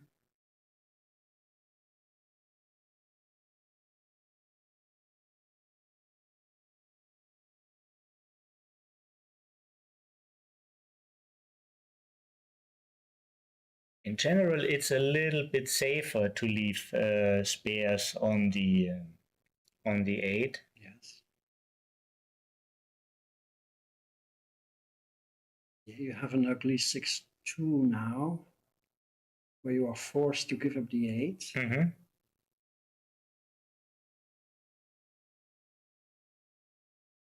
Akiko decides to sacrifice some contact value. Mm-hmm. Also a very interesting decision. Yes. Best and only move by Tillman, 6-5 to the 2. 6.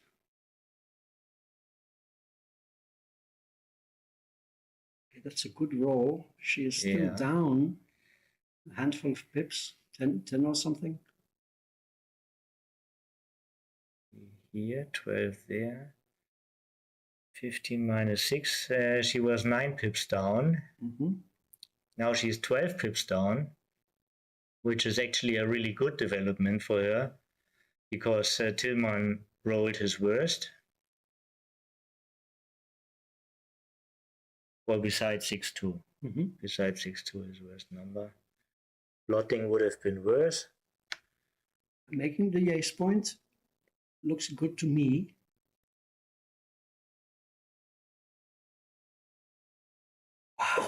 Wow. Very strong. Yes, very strong, but sadly. Yes, nothing sadly. It's a really good roll, and it's worth thinking now, yeah, because a bar point doesn't help him solving the problem on the 14. Mm-hmm. So it was a good idea to think about things here. If he had more time, he would have thought longer. Mm-hmm, yeah. Mm-hmm.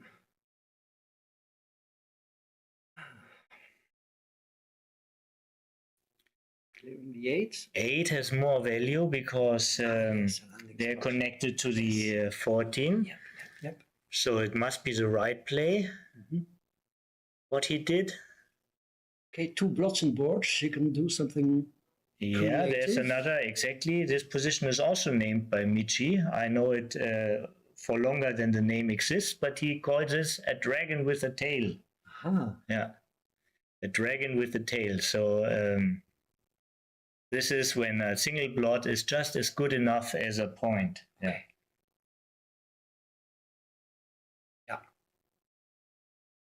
Well played.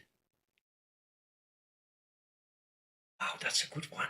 This is a real joker. Absolutely.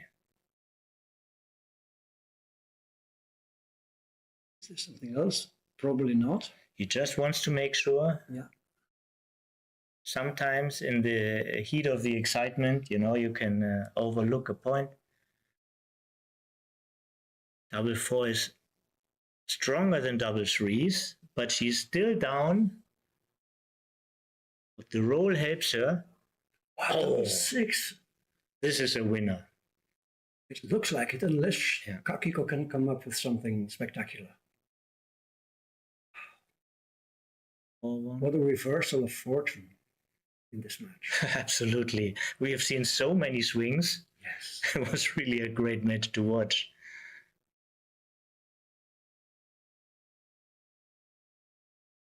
Goes directly to the 4, 20 to 4. No She's reason not to stay for contact. exactly. She won't get a hit for the next roll, and she's probably not able to wait for 2 rolls. Mm-hmm.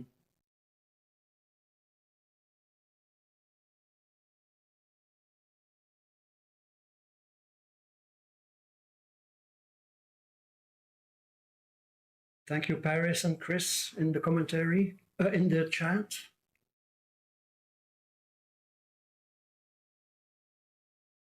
Tillman now really close to a sensational victory. Yes, she needs a big set if she wants to have any business in this game. Tillman showed great resilience in this match, being 6-0 down after he showed a little nerves, if you remember back on the 2-away, 3-away score when he decided to pass that one. Yeah, that's true. But who could blame him for this choice? He's on a, looks like a winning choice. Wow. And also, players never see numbers when they look on the board. We have, there's nothing on stake for us. Barring consecutive aces, Tillman, he should be fine. Yeah, and at least a double, but wow. If he can avoid an ace, yeah, now he does won. Win yeah, it. Yeah, brilliant match, tough beat for Akiko with a big lead. Yeah, big hand for Tillman. Great victory for him. Yeah. Stellar performance. Absolutely. By both players, I would say. Yeah. And for Irene, if your husband won, I think he plays now Tillman, and I think that should be the next match on stream. I don't know what his score is, but I keep you informed as soon as we know. So thank you very much for watching. Yeah, it was a pleasure with you, Michel. Yeah, I enjoyed the match. Me too. Me too. And so please stay tuned. Like in 45 minutes to an hour, you will see the next match. This time, Dirk Schiemann is commentating, one of only 2 super grandmasters in the world of backgammon. And I'm back after the dinner break, and I hope this is on the WBGF channel, and I hope Michel will at least join me for one match. Yeah. Well, tonight I still have to play double consultation. Okay, you still. Oh, sorry. Then I hope you win. Yeah. I hope I win. But I'm really looking forward to commentating in the coming days. Fantastic. And I think everybody looking forward to this too. Yeah. Yes, and thank you, Denise. I will definitely give my regards to Sonia, who's arriving today. She'll be glad to hear from you. Okay. Thank you you very much. Bye. See you later. Bye.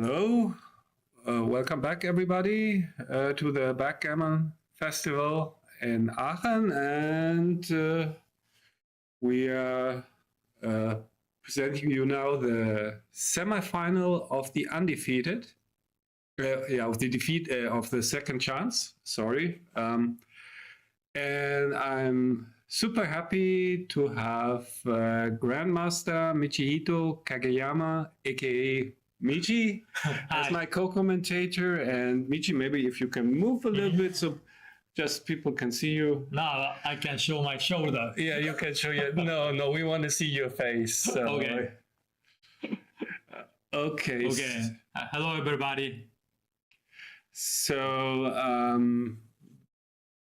I think one player is already there. Let's check how it's going. So the match is between Andreas Bunz and Tilman Söhnchen. So Tilman is a very strong and well-known player from Berlin. And Andreas, maybe you don't know him that well, but he's been around for 40 years, he told me. But he took a break from backgammon and he's now back for like 2 years, and he is taking classes at Markus Reinhardt's Hirnakrobat and taking lessons, and it seemed has worked pretty well for him. Here he is already in the money and in the semi-final. So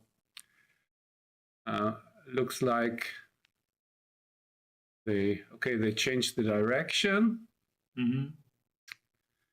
And as always, we had some sound issues yesterday. If there is some problem with anything, please let me know.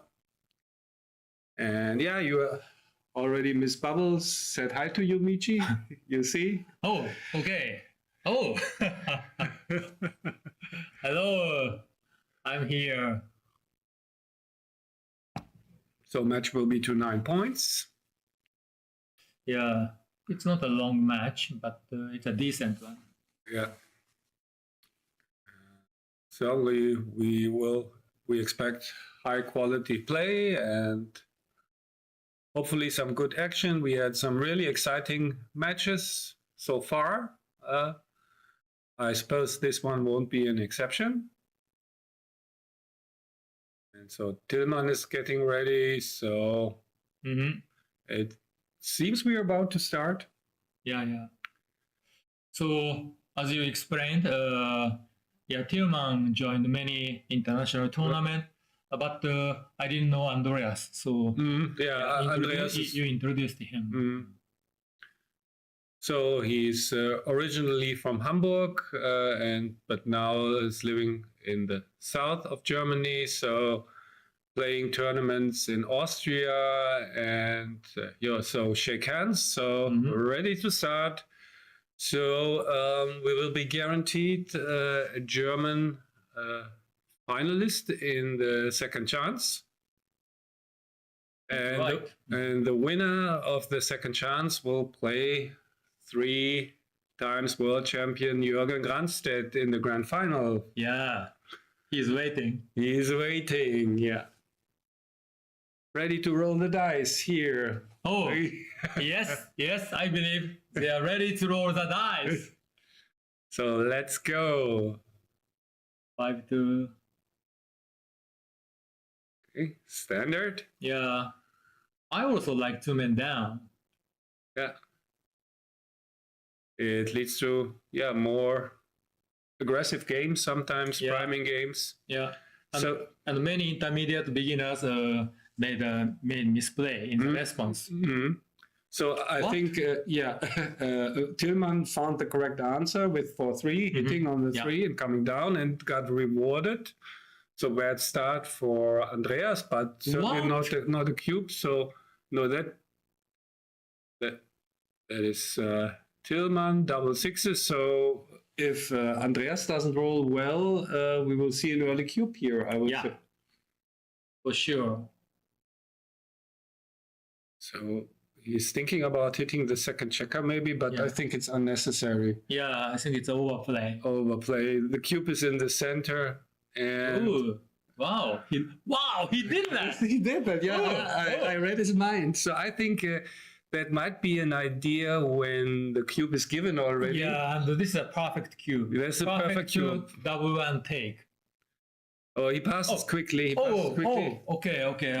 but Let me think about that. So he had 11 checkers in the zone. So it's not an easy take for sure. Yeah. You're right. So what I know is, in that structure, usually the doubler has 9 checkers in the zone. Yeah, It will be double take. Yeah. But the 11, 11. makes a big difference. Yeah, 5s and 6s cover the ace. 2s, 3s, and 4s hit the second checker. Mm-hmm. So, and I can understand Andreas passing quickly because certainly he was afraid of getting and losing an early gammon and being down 4-0 at the start. So, is that the correct starting position? No. Maybe we should correct them. Yes. Maybe you should tell them, but this is responsible moves. So okay, Okay, yeah. Yeah, because in Monte Carlo wasn't it Yes. like that nobody noticed it, Yeah. even the commentators that Between two strong players. yeah, so but that shows how much pressure is on you, even on experienced players. So now they corrected it. I'm Yes, glad that's good. because That's that would good. be really unknown territory. Yeah, in that case, we are unsure about opening or response. No database, right? 4-2. So yeah, hitting 2 is an option, but of course, Yeah, that looks strong. yeah. What's gonna happen if black dances? Yeah. Okay. It happened. It's Yeah, happened. we are jinxing it. I think that must be another early cube. Yeah. Deuces hit, aces, 3s, and 6s makes the 5 point, but this Andreas has to take in case Tillman doubles. Yeah, good double, and it's a. I hope he takes this. I think this is only one inside point, and yes, it doesn't look good. But even if it gets hit, the second checker gets hit, he has counterplay, he can easily enter, make an anchor. So I really hope that he won't drop this cube. Sure, yeah.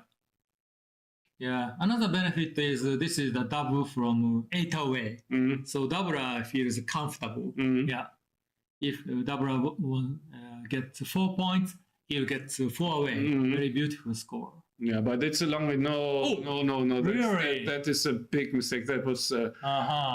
This is unfortunate. I mean, I think here you can see really the pressure of Sure. not brave enough. Yes, the position wasn't nice. Okay, this is non-standard, but but actually I'll do the same at this score. I like to turn down already with such a small deficit in the score. Okay. So of course he gonna make both bar points. Yeah, standard play still. Yeah. And there's really nothing else here. Yeah, making a 2 point doesn't make sense. That doesn't make sense. No, this is really strong. Now 5-4 hits. So white prevents getting double. Yeah, sure. 5-1 enters and hits. Yeah. White wants to roll well.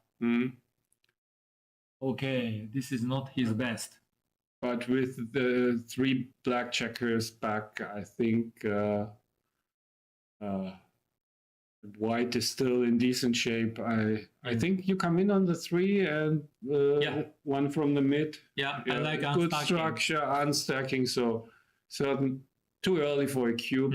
I think 5-3. So which point? Which point? Yeah,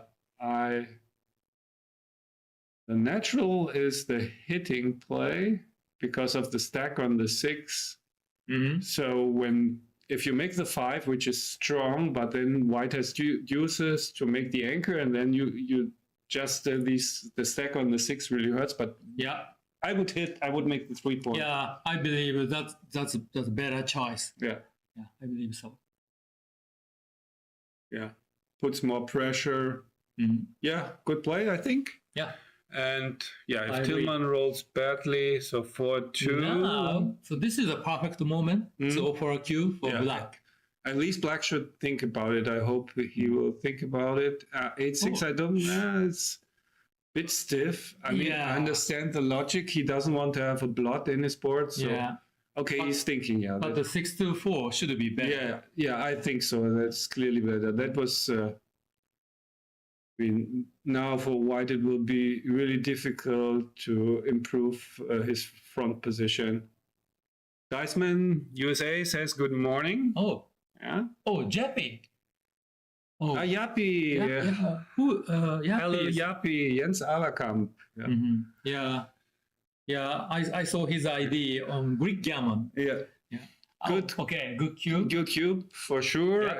And 3-2. Good roll. Makes the 4. So white is under pressure now. Yes. Now white have to roll well. 2-1 is a good shot. That's a good one. Yeah. So coming in is a 2 for sure. Yeah. And I think you have to hit because if you make the deuce point and black makes the bar, there's really no good game plan. I agree. Yeah. So this looks a bit risky, but black has 4 checkers back. So 5 and the 6. I guess he has to hit on the ace. Yeah. Black doesn't have good alternatives. Yeah. So almost forced. 5, 6. I would just jump out. I think. I mean, you bearing another checker on the 6 point and being open to attack. Well, so do you prefer come out to the? Yeah, I think so. I'm not sure. What would you have done? I also like coming out. Yeah. And now hit and cover on the ace. Yeah. Okay. Yeah. Maybe he's thinking about the triple tiger. Oh, it'll be exciting. Okay. Okay, that was a crucial. This 5 is huge. This huge 5. Now we are in a mutual holding game. Yep. All of a sudden, 2-1. The 2 is nice. The ace not so much. Wow. Is there any tricky play? I think he has to play like this for now, or maybe he could have done something more creative because of white's weak board. White had in a blot. But what could you have done there? I mean, keeping the board is nice, of course. So maybe just 9-6, maybe, and keep the board. But that also doesn't look natural to me. So he's thinking about bringing it down from the midpoint with a 3. And that he covered with the 4, but I think he has to play 6-3. Yeah. Oh, so you don't like 13-10? Yeah, but with the blots, maybe. Yeah, use the 2 blots. And now he should probably cover them both to have a strong board again. Yeah. Yeah, maybe 13-10 is better. And now that I look at it with the 5 anchor, you can take some risk. Yeah, you really don't want to bury that checker. Yeah. No. Now I like 13-10 better. Yeah, and I think that's the only logical 6 is just to strengthen the board because both sides are kind of stripped and sooner or later or one will leave a shot and there could be some blood hitting going on. So you really want the strong board here, I think. Yeah. Leaving the anchor. No, when your board is strong and you cannot duplicate anything, leaving the 5 is really dangerous. Deuces, aces, 3s. No. Oh, he should play 6-3 first, I think, because that's the only 3 that I can see. Yeah, because he cannot keep 2 blots in his board. Yeah. That's nice. I think that was good play. Yeah. 3-1, good shot. Right. It's Oh, he's checking double 5 joker. Uh-huh. The double 5 is a joker anyway. He can't avoid being hit on the 5. That's right. That's Yeah. right. But 5, 4. Oh.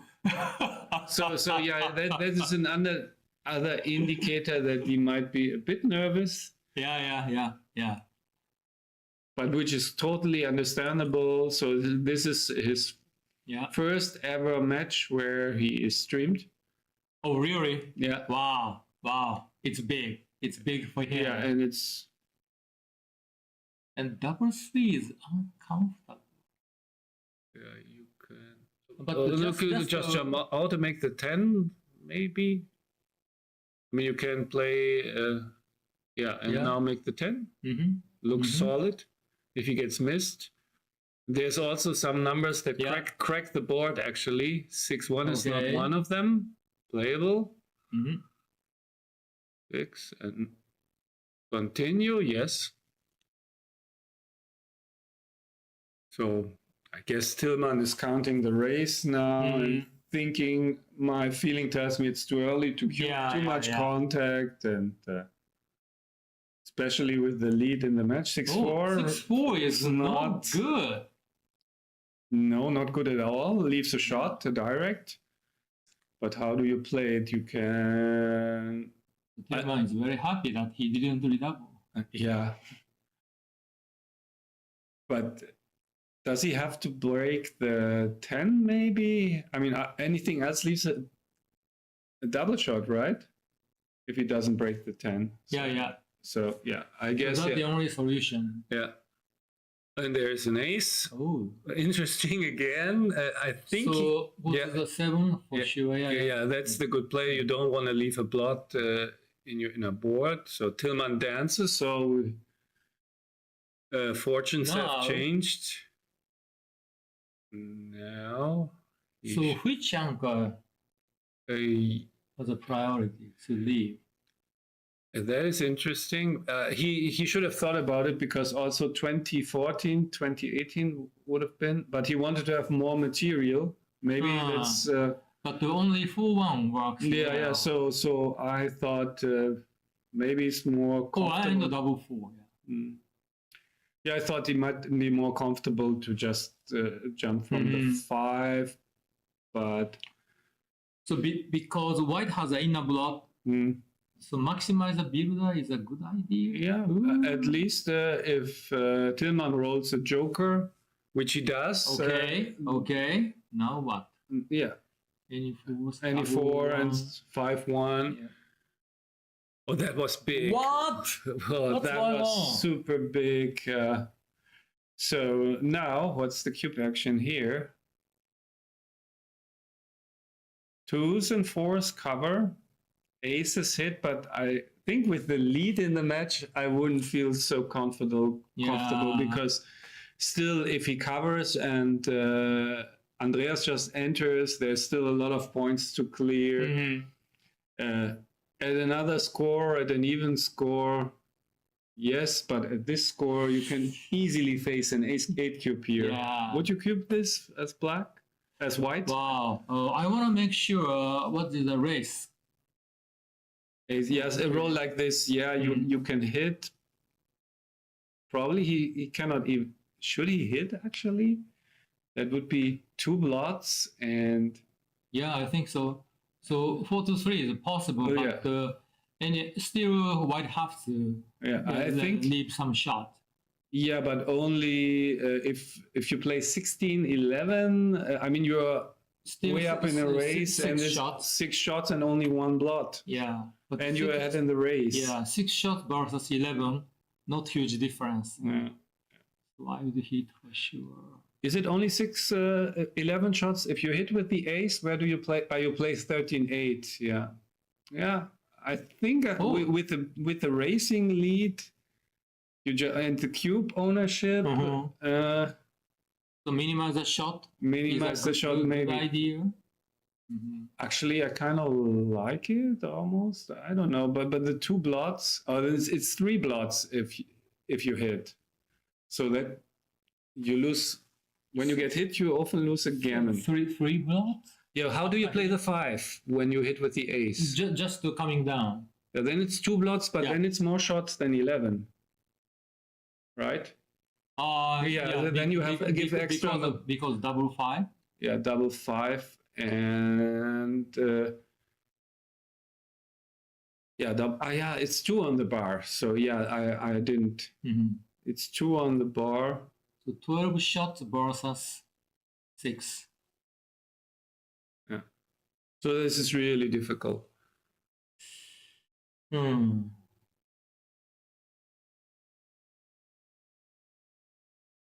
Yeah, skill ownership makes difference. Maybe. So Dice Man USA. Hello. 8 and 15, 10 is correct. Mhm. Okay, Yapi checked it out. Thank you. Yes, he does it. Goes for it, and he can play on for the gammon if Sure.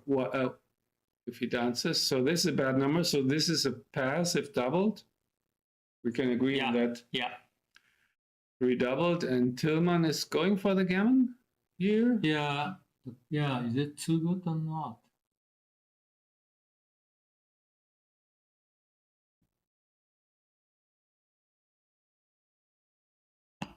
He thinks so. Okay. Yeah, completely safe. Mm-hmm. No, I think this is very quickly played. He didn't hesitate.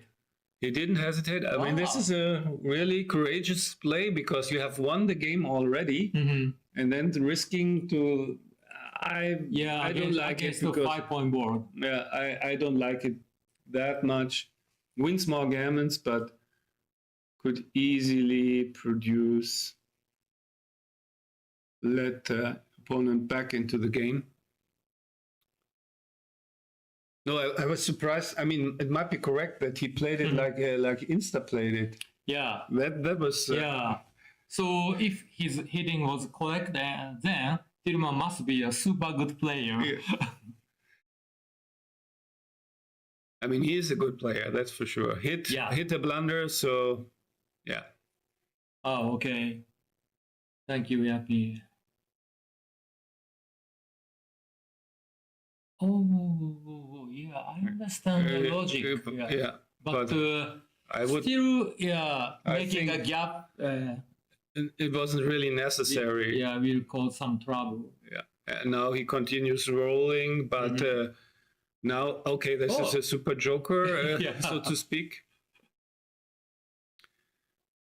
So Michi, sometimes like this play from Tillman, it's a funny when I'm commentating, I see some decisions that seem to me clear to me, and the player is thinking a lot, and others like this one where I would have to think a lot are clear to the player. So everybody has different approaches or different problems with the game, it seems, where they have to think. So that's, for me, it's always interesting to... Yeah, it's also very interesting to me what people find really complicated and what they think is absolutely clear. So everybody differs. Yep. So what is White's winning chance? Gammon winning chance? Not very big. Not very big anymore. Andreas entered quickly. Yeah. Now White has 5 checkers on 6 point. Yeah. No, this is.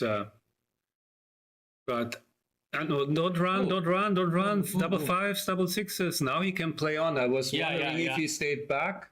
Then at some point maybe White has to cash because of the threat of double 5s would have been terrible. Now it's a free roll. It's a complete free roll because nothing bad can happen to White. So that was a little gift from Andreas, I would say. Didn't matter that much because normal outcome here is no gammon. Okay, so no gammon, 100%. 100% now.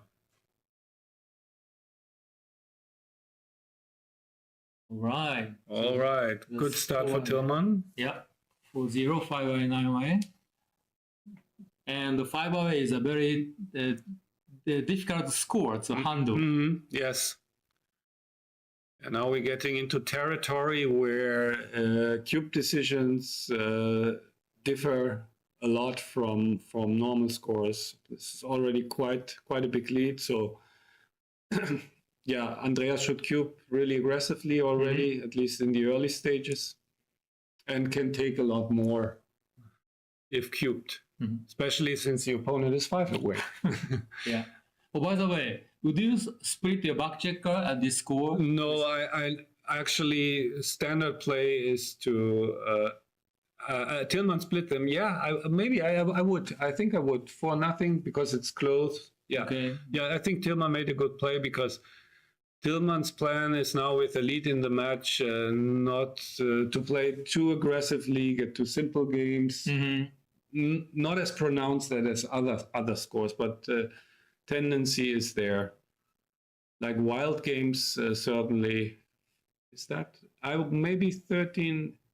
This looks so stripped. Usually, you should make the ace point when you have a broad there. Yeah. Maybe probably it's better because at some point, I mean, black may hit a fly shot or something, but I don't know. It was again played so quickly that I couldn't think about it. Yeah. Oh, by the way, White is thinking about how to play a 5, Yeah. but I don't see any alternatives. Yeah, maybe he was thinking about splitting, but now, White is really happy now on the deuce point with the dead Sure. checkers on the ace. Yeah. No, 5 is the easy part. Yeah, that looks pretty good to me. I mean, now sixes play can like more numbers can escape to the midpoint or something, and black really wants to have at least the 3 anchor, I would say.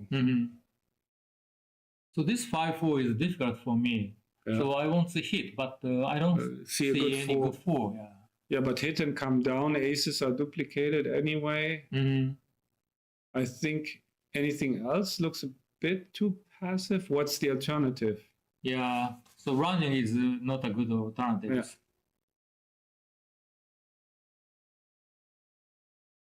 So hit and 39 is the only option. Yeah, I don't know. It's not the only option, but Ooh. if I hit, I want to hit on the 3. Yeah, because yeah. then, I mean, now he can hit with the deuce or anchor with the 3. So this is more good numbers. Or Right. so, yeah. Checker down. High from Paris. Hi. Oh, Harry. Dance. Oh. Dance. Yeah, Yes. his name is James McNaughton. Correct me if I'm wrong. We played in the Stream Champ series, I recall. So, but he can correct me in case I'm wrong. No, he stopped. Before he rolled 2-1, he didn't stop. But Yeah, now correct. So, yeah, why not? Yeah, it's still a lot of work. So maybe it's not even a cube because with the 2 checkers back and the inferior structure, and even at the score. Now he rolled 2-1 with his best. Yeah, he should escape with 1, I think. And maybe we make the 3. I don't, Yeah, because you really need these inside points. And you really want him to dance, so I would have made the inside point. Oh, but anyway, now it's an easy double. Yeah. And at the score, it's not that easy. No. I mean, at a normal score, I think I would have taken here. He's pretty quick. I mean, it looks so difficult to get this home. And the last back checker hasn't escaped. So I think at a normal score, 0-0, you take this. Oh, yeah. Sure. And I don't know whether he has to deviate that much. I mean, White's position looks so strong with it would have been, I think I couldn't have brought myself to passing this. Okay. What would you do? What would you have done at the score? Was inclined to pass? Yeah. Oh, Oh, okay. passes 300 blunder. So yeah, Wow. okay, yeah. Oh my goodness. So winning chance must be very low. Very high for the taker. Yeah, high Yeah. for taker Yeah, and yeah. low for Yeah. Dabra. Yeah. So I think we witnessed two big cube mistakes already. One from Tillman, and in the second game Yeah. from. Oh, by the way, this 6 is not the best. What you play? Split and down is Split and the down. standard. Yeah. And if white is trailing, maybe down and slot. Yeah. 4-2. Yeah, makes the point. Sure.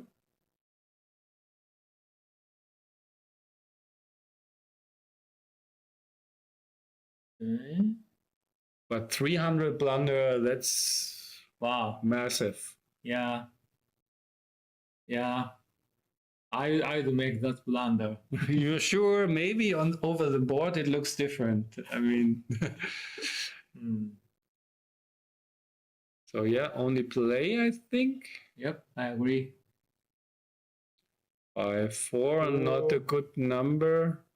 Yeah. Maybe you even I wouldn't hit, so you wouldn't, or I wouldn't. I don't hit. you don't hit. But Yeah. what do you do then? So just leaving 2 blocks in the outfield So you would play 39 with a 4 and 16-11. a 16-11 and hope that you get missed. Yeah, I think hitting is an overplay. I mean, there are not too many threats, so you don't need the tempo hit that much, and really you don't have many checkers. Yeah, And and I you don't don't want to unstuck the midpoint. Yeah, I like your play.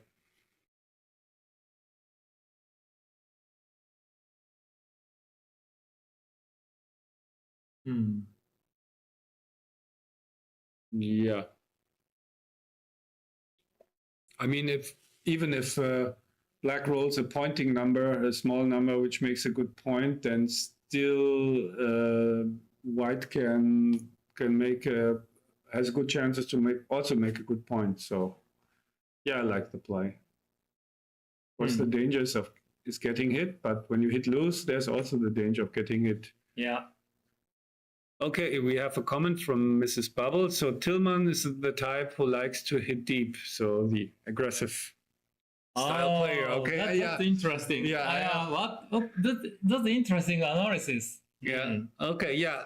Actually, we all have our preferences, positions that we feel comfortable in and plays that we really hate to make. So maybe Miss Bubbles is correct here, and red. Wow. Red I like this type of analysis. Yeah.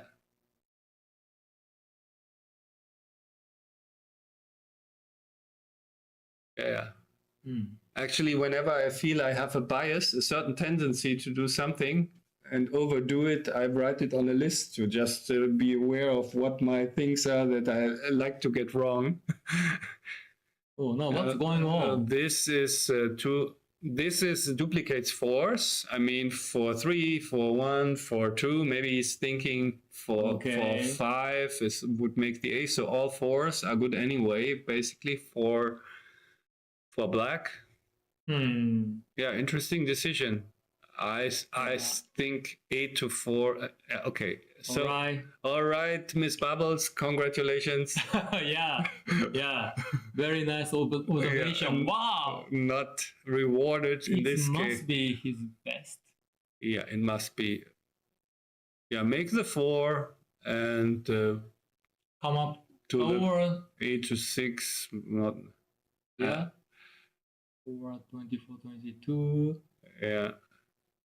I mean, black should be thinking, no, or maybe this, maybe this, but usually it's correct to make the strong inside point. Yeah. But here, Andreas should be thinking about cubing next turn and look at the rolls that allow him. For example, this should be a cash. Yeah. This is an easy pass. Easy pass. So, and Tillman passes immediately. So maybe that wasn't that bad but I felt making the 4-point was a bit stronger. What about the usage of the cube? Yeah, maybe, but I guess if Tillman comes in with both checkers, he will have a take. Yeah. Easy take, so. Oh, maybe. Okay, some talk between the players. Clock is stopped. Some issues here. Yeah, what happened? What happened? We don't know.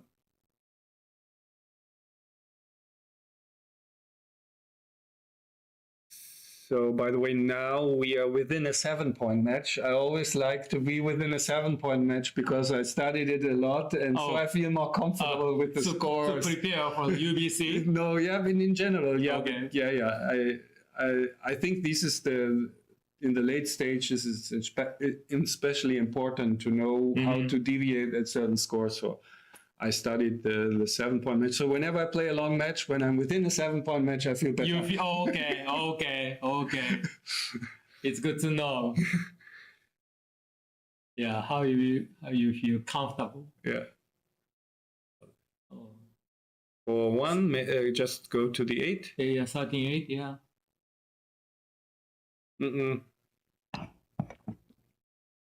Not a big mistake, I think. I don't know.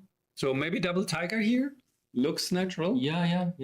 Double tiger means hitting 2 checkers in the inner board with 2 blots. So that term was created by Michi. And he did that. He did the double tiger. So just, he knows that you are co-commentating, so he had to do the double tiger.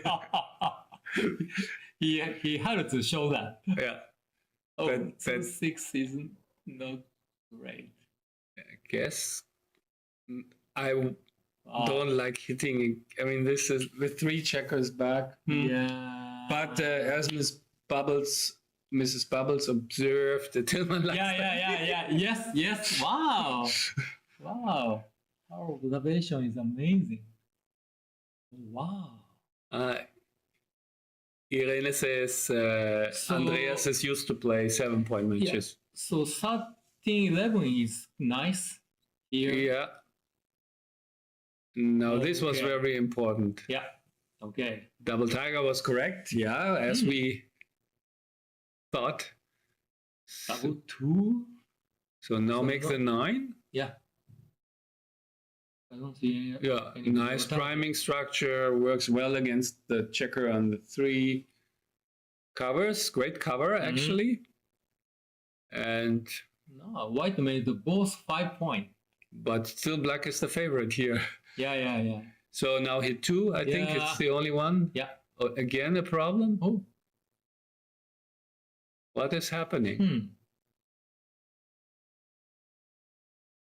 They both. Maybe it's a problem with the fan. They have a fan there to get some air. Okay. Maybe he's.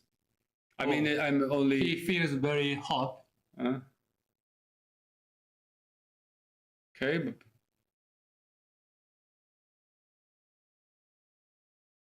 So I don't know what's going on. Me neither. In Germany, air conditioning is not very common. Yeah, I mean, this is an old building, so from 1800 something. So, and they put air conditioning in all the main rooms, but this is more like the cellar, and we are sitting here, and so they don't have air conditioning here. So that is not an area you use often. So so they continued now. 5 issue resolved. Yeah, the clock is running, so they restarted. Okay, I think he should hit 2 checkers. I mean, that seems so natural. A bit passive, I would say. I mean, he's ahead in the race, so he can think about racing, but he cannot duplicate anything. He would give the initiative to his opponent. Yeah, it seems good natural. play. Good play, I think.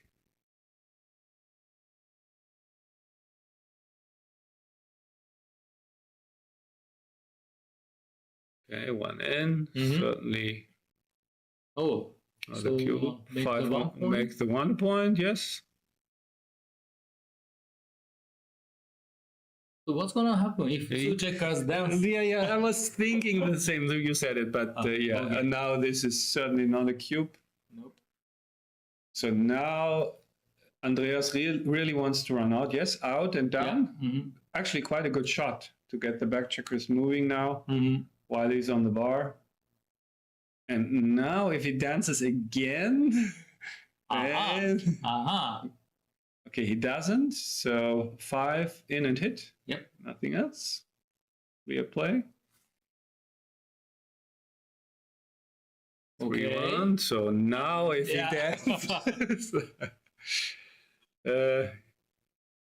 Okay, 5-1. But very uncomfortable. Very uncomfortable. The problem is that black has checkers on the ace, and so it's very stripped position, so not as flexible. So, so maybe he's right to put a checker on, but the racing lead must be enormous, like 50 pips or so. So 50. So that means even with a 5-point mate, white will lose some gammons. I don't like that play. Dumping another checker. He's thinking about duplication of fours. I would just bring one checker around the corner. Yeah, I don't see any other good choice. Yeah. This is okay. I mean, white is not having enough ammunition for an attack, so even if black gets hit, that's not such a big deal. So that was a good shot. Yep, very good shot. Yeah. But still, yeah, black is okay. Yeah. In and out. Yeah. In and out. Yeah. You could think about going to the bar, but that is lots of double shots.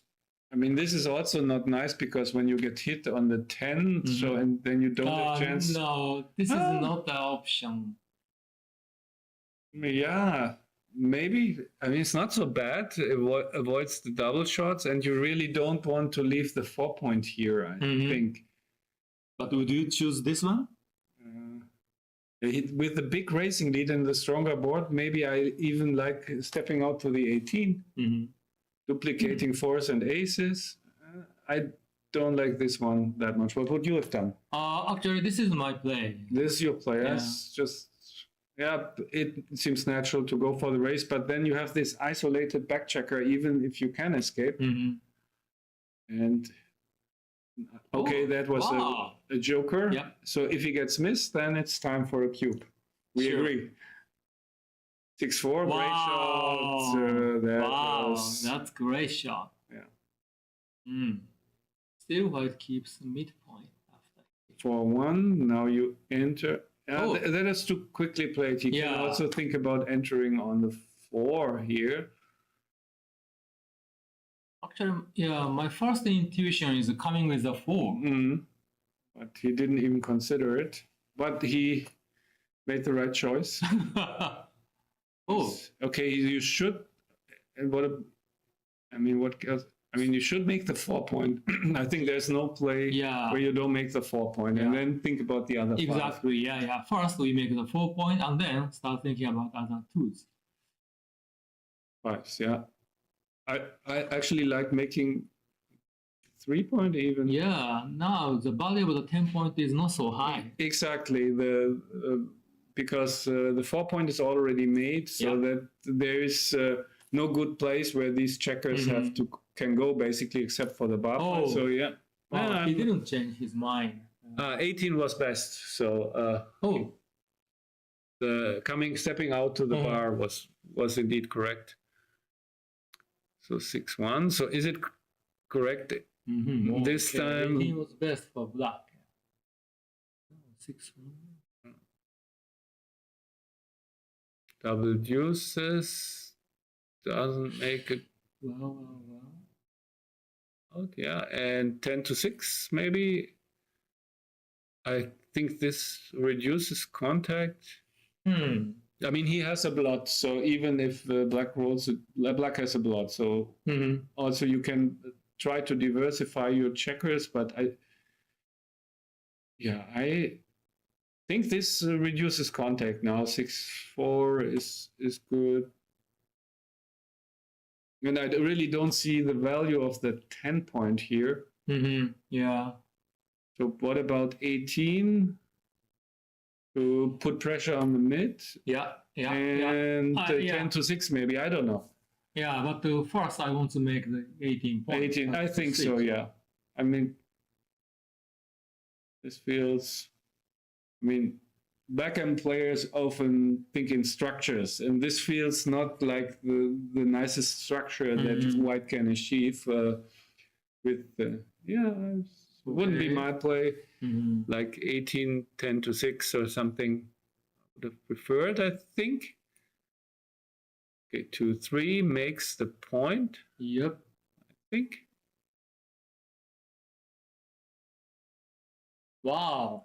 3-2. Great dice. Great dice. Yeah. So he proved me wrong with because his play now white should be cubing if black even at the score. If black doesn't roll a double. Okay. I think the game is over. Yeah. I mean, there is a case to be made to play on, because if you make the 6 prime, then you can just continue. And there's not much bad that can happen. So black doesn't have any counterplay. Yeah, but there's some bad numbers. I think he will cube immediately with the lead. That's fine. Clear pass. Yep. Now, white reached a very nice score. Yeah, 4 away. 4 away. So that means with the double gammon. Yeah. White. And even in single winning is good. Really good. So, yeah. I think 4-7 away, cash point is very low. Yeah. Actually, this is the score where like the take point in the long race for the trailer is highest. So it's really like when you get into a race, then you can cube aggressively as a leader. But this is not a race. This is a blitz. Yeah. It's 6-5, double 5. So even if black dances, this is not a cube. Even because of the score. Yeah, and the recubes are so strong. Yeah. And black has some chance to win gammons. Yeah, and it's the high winning percentage for black translates into so many good recubes. So white should be careful here, because black is winning here 35% of the time, maybe. I don't know, but high winning chances. 6-4. No, 6-4 it is. Yeah. Why doesn't he make the deuce? Yeah. And then after dancing, then we have a strong cube. Now, if black doesn't come in, we have a very strong cube for white. Okay. So now that's clear cubing territory. And is it take, actually? So what is white's winning chance? 60. Aces. White will bring 2 checkers down immediately. No, this is a cube. This is a cube. This was bad not to cube this, I think. Yeah. Especially black has 6 checkers on the midpoint. Okay. Again. Okay. Now this has to be a pass, I think, or yeah. I mean, so many gammons, like I don't know, 40% gammons that lose the match immediately.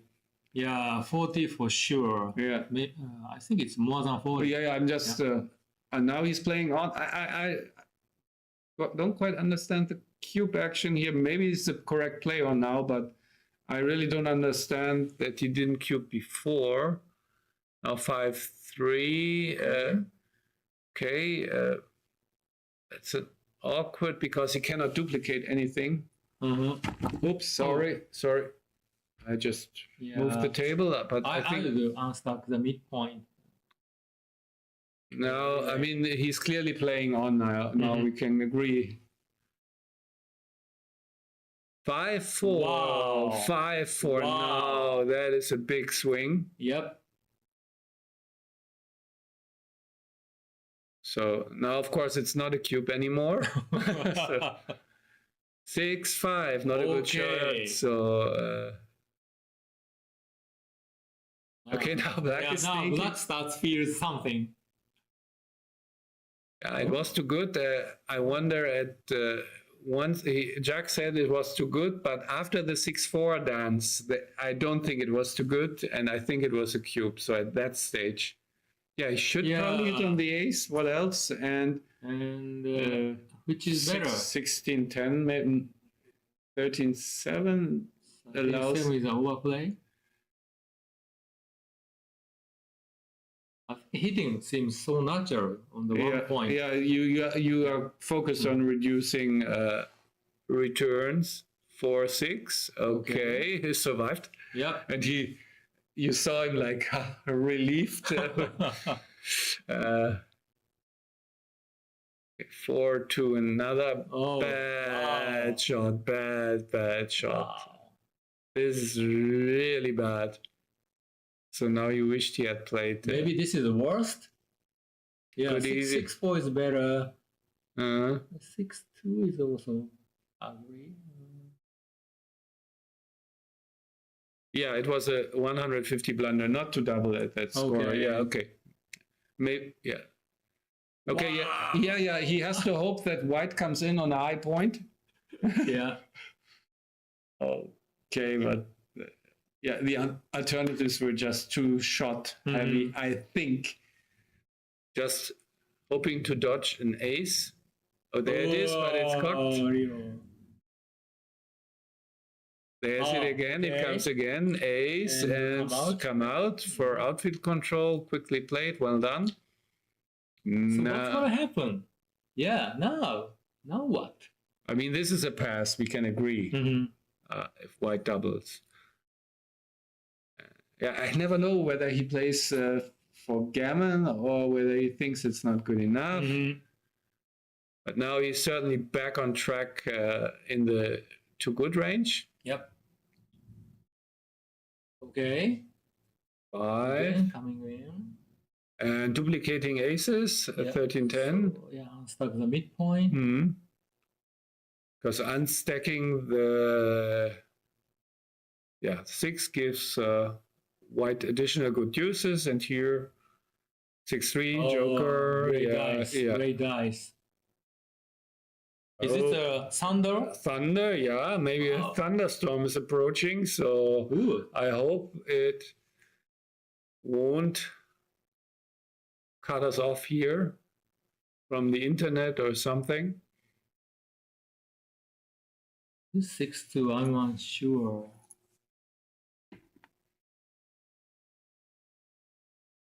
Yeah, I mean, if he closes out one checker, he probably wins the gammon anyway. So he doesn't need to go for the second checker, but I like it coming up. Protects against any jokers.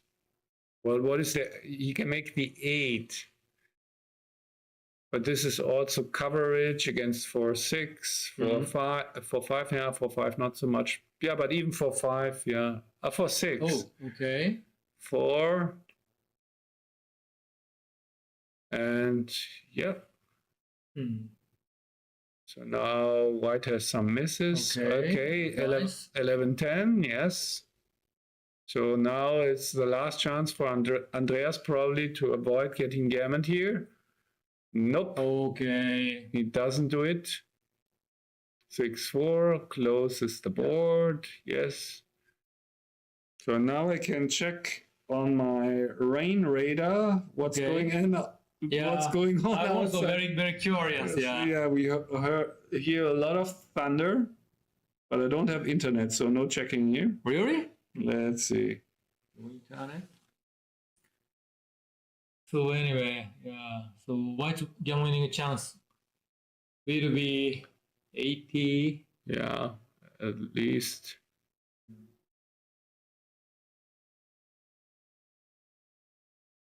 Okay.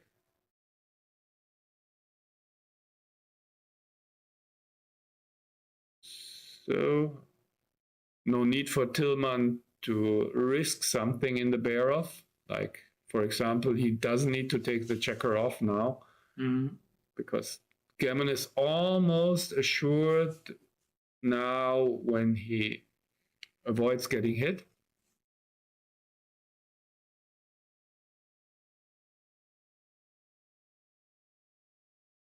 6-4. So So now black wants to dance. nope. Oh, Yeah, but, but no, not enough. Not so many crossovers. Yeah, black needs 13 crossovers.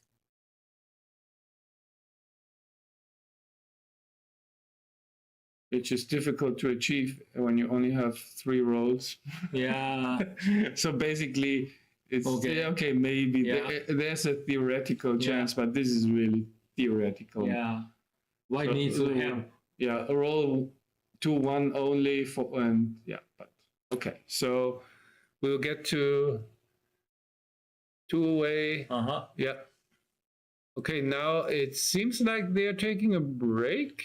Could that be? Yeah. Okay, so we'll take a break as well, and we will be back. And let's check the weather. Yeah, check the weather. Okay, until in 5 minutes or something.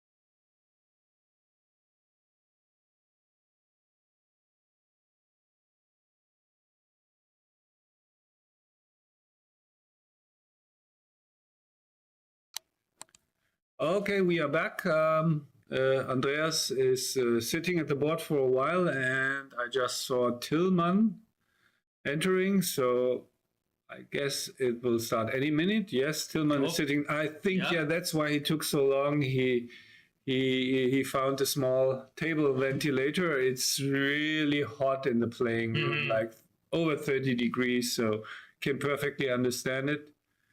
So Tillman found something, some device? Yeah, some small ventilator I saw. Okay. Or so maybe 1, 4, 5. So now, make the 4. Yeah. Natural. So now Andreas has to cube really aggressively, of course. Down as a 6 to 5. You don't want to split into you don't want to split into the stack. I mean, you have a stack on your midpoint, so that was a mistake for sure. 6 2. Special. Just out.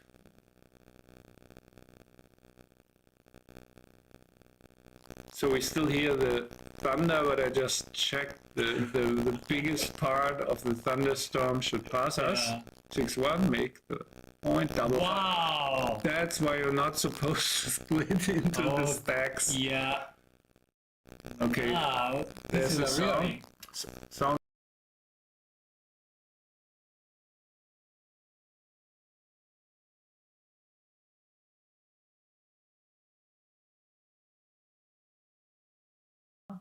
Can you hear me?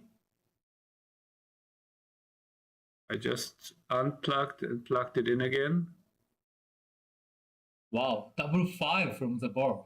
Okay, everything is fine. Okay, I missed it. Oh, now a double 5. So yeah, suddenly, now it's time for black to double. Yeah, now suddenly that was a super joker. 3-6, another joker. Oh my goodness! Wow. So I was about Joker. I was about to say that we will see a cube from black here, but now it's just another holding game. Yep. And but the white have to take a risk. At some point. Yeah, maybe you take it. Maybe this is a moment. Yeah, maybe this is the moment because black's board will only get stronger. So, and Tillman correctly is thinking about playing 15-4. I can understand this is really nice for now, makes a strong board, but what you're going to do next when black's board is stronger. But now your own board is also stronger. So it feels natural to make the strong board, but now this trouble may start. Yep. So now he definitely has to play 15-4, I think. Yeah, I agree. Although it's some more hidden covers. So black has many hidden covers. But it's not a cube yet. When he's thinking, so he knows he's supposed to cube aggressively. That's good. But this is not... this is a... Okay. I mean, easy take, of course. I mean, it's not super gammonish, and the cube was too early, I think. Will it get... now we have now big swing coming up. Tillman can, if he rolls he rolls a 4. Wow. So then the cube doesn't matter. If Tillman wins a gammon, so it would have been... That's true. So now black needs to roll a 5. 5-4. Okay. Yes, it continues the action. What an exciting game. Yeah. So now again, Tillman with a 4. No, this time he cannot do it. So, but he comes in. So Andreas has to cover the... Okay, this is, I think, easy. Cover with the 3 and hit with the 5. Yeah. Yes. Yeah. And again, big swing. Only big swings now. So 1-5, 1-4 will be... Oh, a dance. That was crucial.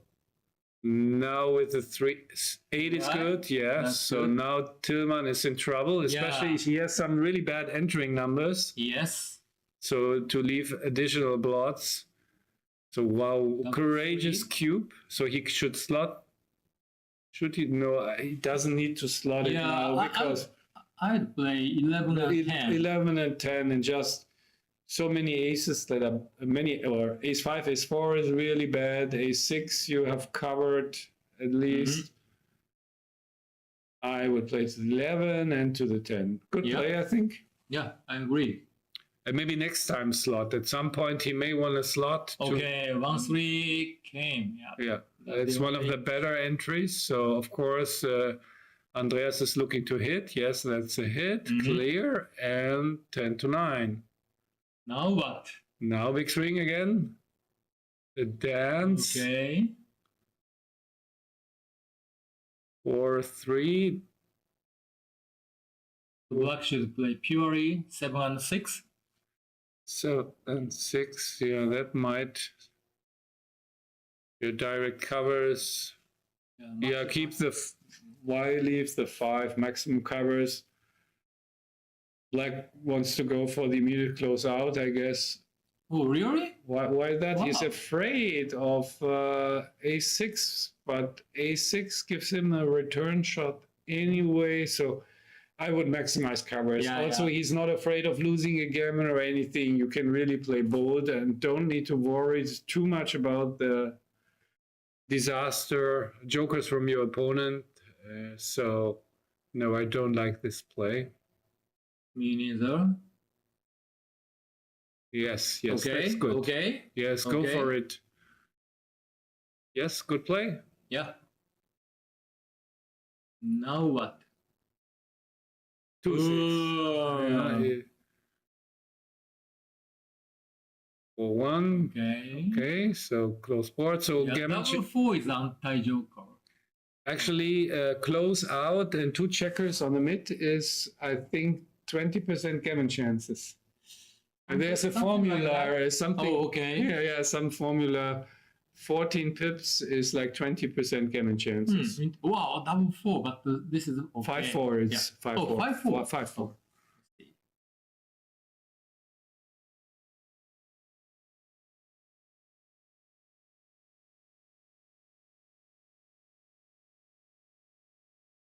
All right. So we are neutral, but of course it's nice to have some more games. I mean, that's we can say Yeah.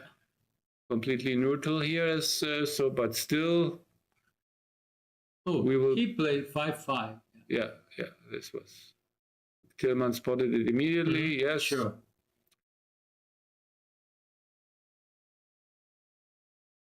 And now, for sure, Mate will check. Yeah. But that was illegal.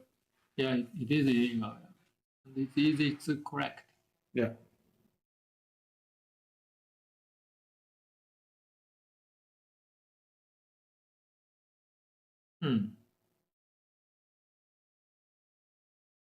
So from my experience, 90% of illegal play were done, which is good for a player who Yeah. made illegal play. Yeah, it could be. Yeah. But not that they're doing it on purpose. But it's No, just but maybe the nicer position. It's just like more maybe appealing. human nature. Yeah.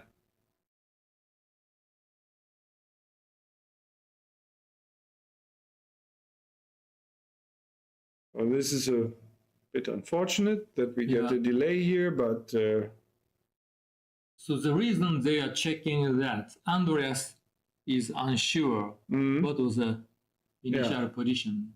and it's like he made an illegal play to his advantage. So we are playing responsible moves, not legal moves, like as it is in the US. And yeah, that was the position. So that means had he made an illegal play that benefits Tillman could have just continued. Just say, okay, I accept this. Oh, he chose this one? Yeah, this is. I choose the other one. I choose the other one. I want to keep the closeout as long as possible. Yeah, to avoid opening up the board with a 6. That means basically Gammon's got really down. So 6-3 to off. Okay, now if he dances again, then it's again nice. He does dance, yeah. Probably they are over 20% now, so Wow. take them off. They're good, yeah. good. Play. Go for the gammon, and Sure. now if Tillman dances, he's in trouble, but 6-5 is a great shot. So now it's crucial to see whether black rolls a 4 or not. 6-5 Wow. or 5 Good is dice. great. Good Good dice. 3-2 is not great. It seems very close. Very close. I think black is a favorite to win again. Wow. Okay, wow. This is what a huge swing on this double that was really not a cube at all. So that is really terrible for Tillman. It was such an easy take. I think it was a bad cube, and Andreas got rewarded.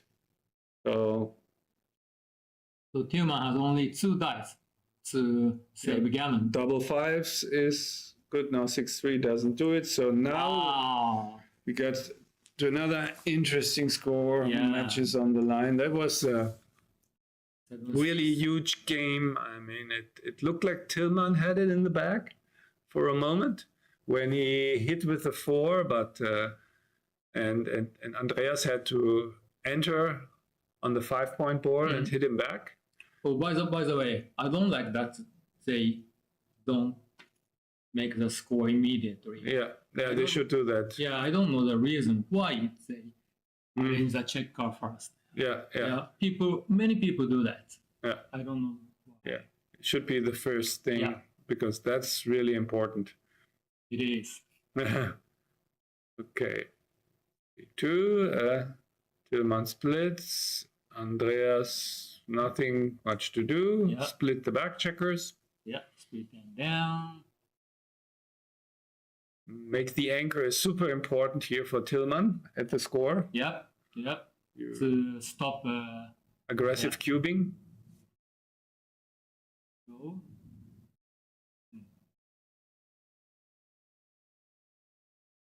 Okay, nothing to do but anchor as well. Not the game time type he would like, but what can you do? Very identical position. Yeah, 3 pips down for Tillman before the roll. Almost symmetric. Yeah. So slot on the. Do you need to? Yeah, the race is super close. I mean, but the other is also 6 numbers, shot, so maybe he can slot there. Yeah, that's my play. It's only 5 more numbers, and you get something in exchange. And putting the checker on the deuce is not so nice. Yeah, maybe slotting. Even if you get hit, it's not like, good play, I think. Yeah, that's my play as well. Double 6 is great shot. So now we can certainly see cube action. Yes. Because now, so 2 6s are clear. You play to the 15. You don't want to sit on the anchor. So okay, he plays them. Yeah. I like his play. He's ahead in the race. Oh, no, he's not ahead in the race anymore. So now Tillman is ahead by 8 pips. It's almost symmetric. 8 pips for Tillman. That was huge. Wow. So now it's exactly even race. Yeah, meaning Tillman is a small favorite. Small favorite. Yeah. Okay. Even Steven. Yeah. Even Steven. Okay. Okay, now actually change your favorite. Yeah. Now black is a favorite. So 3 pips for Tillman, but now it's 8 for Andreas. So Andreas should cube very aggressively. Yeah. So if white rolls 2-1 again. 3-2, not good. So now black is ahead in the pips. Yeah. But only 3 pips. Only 3. But black is getting close to a cube here at the score. So cash point is 74%. Yeah. So that means Tillman has to pass when he drops below 26% winning chances. Yeah. So that means Andreas has more market losers because in a normal game, when you get your opponent down to 24%, you haven't lost your market. You can still double and the opponent has to take. However, at this score, then you lost your market. So he has the incentive to double more aggressively. And I think he should be like in 35%, 65% winning chances already. Oh, really? So you think 9% margin? Yeah, no, I don't know what in the position. What is his winning chances? What do you think? 3 pips up? Oh, 3 pips up. Yeah, 60 something. Yeah, 65 maybe. 60. Yeah, 5, 6. Yeah. 5 is. And the cube is dead for Tillman. That is also important. So maybe it's a small, but I think it's very small. But he could have cubed already. So now he's up 9, if I haven't miscounted. Okay, 9 pips. So let's see what he rolls. Okay, 3 pips again, but a shorter race. Yeah. So good for black. Good for black. So, I don't know. I would have started putting checkers on the 4-point as well. Yeah, me too. Mm-hmm. Yeah, 0 checkers on the 4-point is very uncomfortable. But he's not thinking about cubing. 10 pips now after the roll. 2 in is okay. I would play 2 down. That would be my preference. That's also my play. Yes, and also his. 6-1, 3 pips. And he's just not thinking about it. And I think we're getting awfully close. So that was bad. 7 pips. Okay, and now Tillman is up 3 pips, so that means no double, of course, but still a slight favorite. Andreas is a slight favorite still. Up by 5 pips. No, 3 pips for Andreas, but Tillman on roll now, which is huge. So 6 pips for Tillman.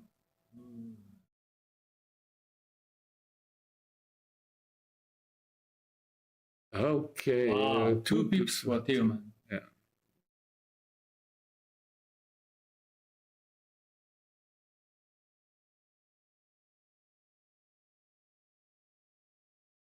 Yeah, exactly identical in the home board, and then you see the 2 pips. Yeah, and the 10 pips is big. It's big. Quite big. So Tillman also can double aggressively. Yeah. That we didn't mention. Oh, double fours is even bigger. Wow. 12. So now it's 4 pips, for Andreas. And 1 pip for Tillman. So, but still not a cube, I think. Wow. Very exciting. 6-4 is big. Wow. So if Tillman rolls a very small number. Maybe that's even not enough. Okay, okay. He didn't hesitate. So he had the running count. Oh, okay. Yeah. And it's very easy to compare. Yeah, and I think the take is clear. Yeah. 4-3. So now it's really exciting. Tillman, with a good roll, can get to the final of the great shot. 6-5 is It's really huge. good. Huge shot. 4-5 is not bad, but Tillman has to catch up. Rain. Okay, that was bad, but still he is a solid favorite, of course. It's not a big improvement. Take the 2 off. 6-2 probably. Yeah.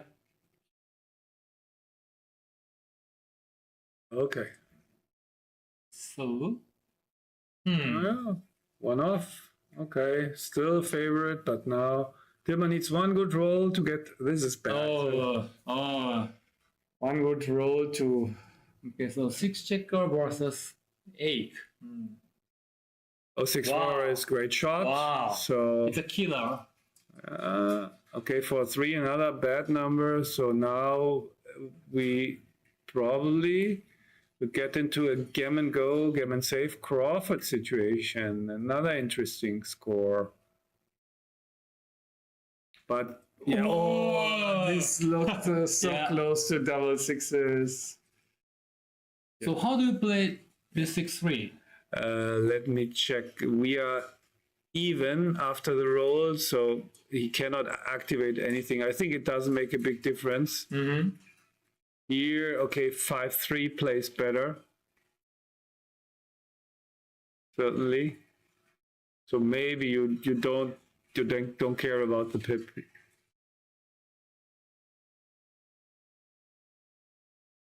Okay, I don't know. I probably would have, but it must be so small the difference. 6 double uses is good because Yeah. the average numbers are fine now for. But one big double 5s, double 6s, 5-1. So we have double still, 5s, yeah. double 5s left. Okay, so that's now Tillman has to perform 2 out of 36. double 5s or double 6 for entering the final. The 4 Ah, Okay, so Alright. now Andreas takes the lead. wow. What a great catch up. Yeah. Turnaround.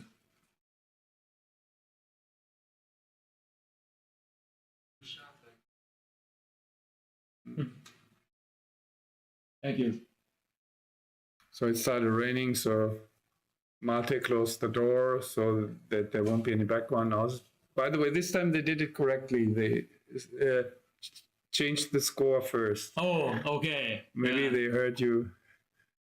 Nice.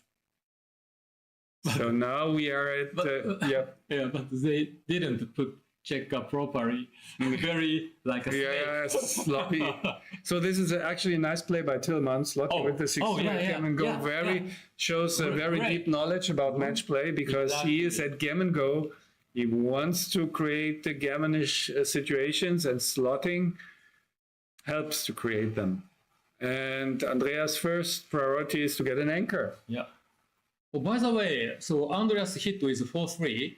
Maybe 2 up is a nice play at this score. Hit and 24-21. Yes, that was the correct. Yeah, it's correct for sure. Hit and split and move up the other checker. I think it gives a better chance for a good anchor, but I'm not so sure. Usually you bring the checker down and unstack them. It may be, I don't know, I'm not sure. Okay, Tillman needs a 4, doesn't get it. Mm-hmm. So now looks good. 2-1 makes the 4. 4 point for sure, and step up to the 21. What else? I mean, you don't want to give 6s. 10-9 is unnecessary. Yeah. To play, so now maybe we will see a back game here. Of course, Tillman fights. Double 4s, is that? Yeah, and the 9 point is not a bad point to make. I would the last 4 is 39, I would say. I mean, you don't care about getting hit there. So I would hate to see him play 10-6. I mean, you really need flexibility in these positions. Yeah. And try to, what else? This is a bit of an overplay, I think. Yeah, not too much.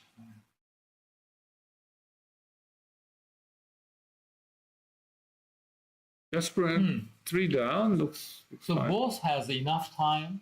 Andreas has 5 minutes. Tillman has 3 minutes. Yeah, It should be okay. yeah. It's at most one more game, so he can take his time, but really, I mean, the 9 point has some value now, so you really want to get hit, so yeah, make the 9, and last is, yes, good play. He makes it, he finds it, I like it. Oh, double aces, 2 are clear, and maybe to the 24-22. I think he should go for the better, lock up the better back game and not avoid getting attacked on the 3, I feel. But this is more the offensive move, double 5. Ooh. 6-2, can he do something constructive with it? Yeah. So to the- two checkers from the 24. Oh yeah, because you really don't want to be on the 24, to the bar. and to the 22. And then next goal would be for white to make the bar point. Black's bar point. I like it. Good play, so. Yep.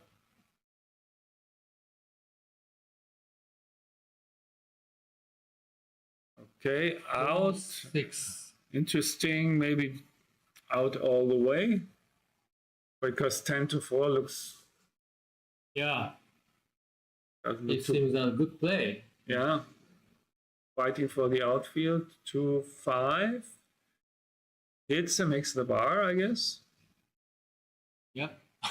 Or can okay. He's pointing. Yeah, but I think he just should make the bar and hit the other checker. Yeah, I like this better. So now, no more back game. White has consolidated the position. 4-2 is okay. Yeah. And just enter where you the 4 and safety that checker.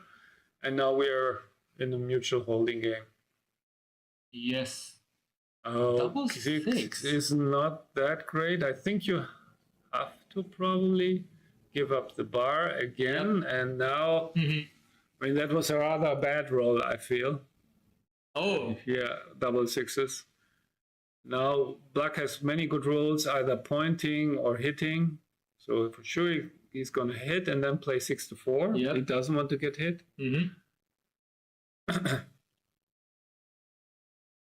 Yeah.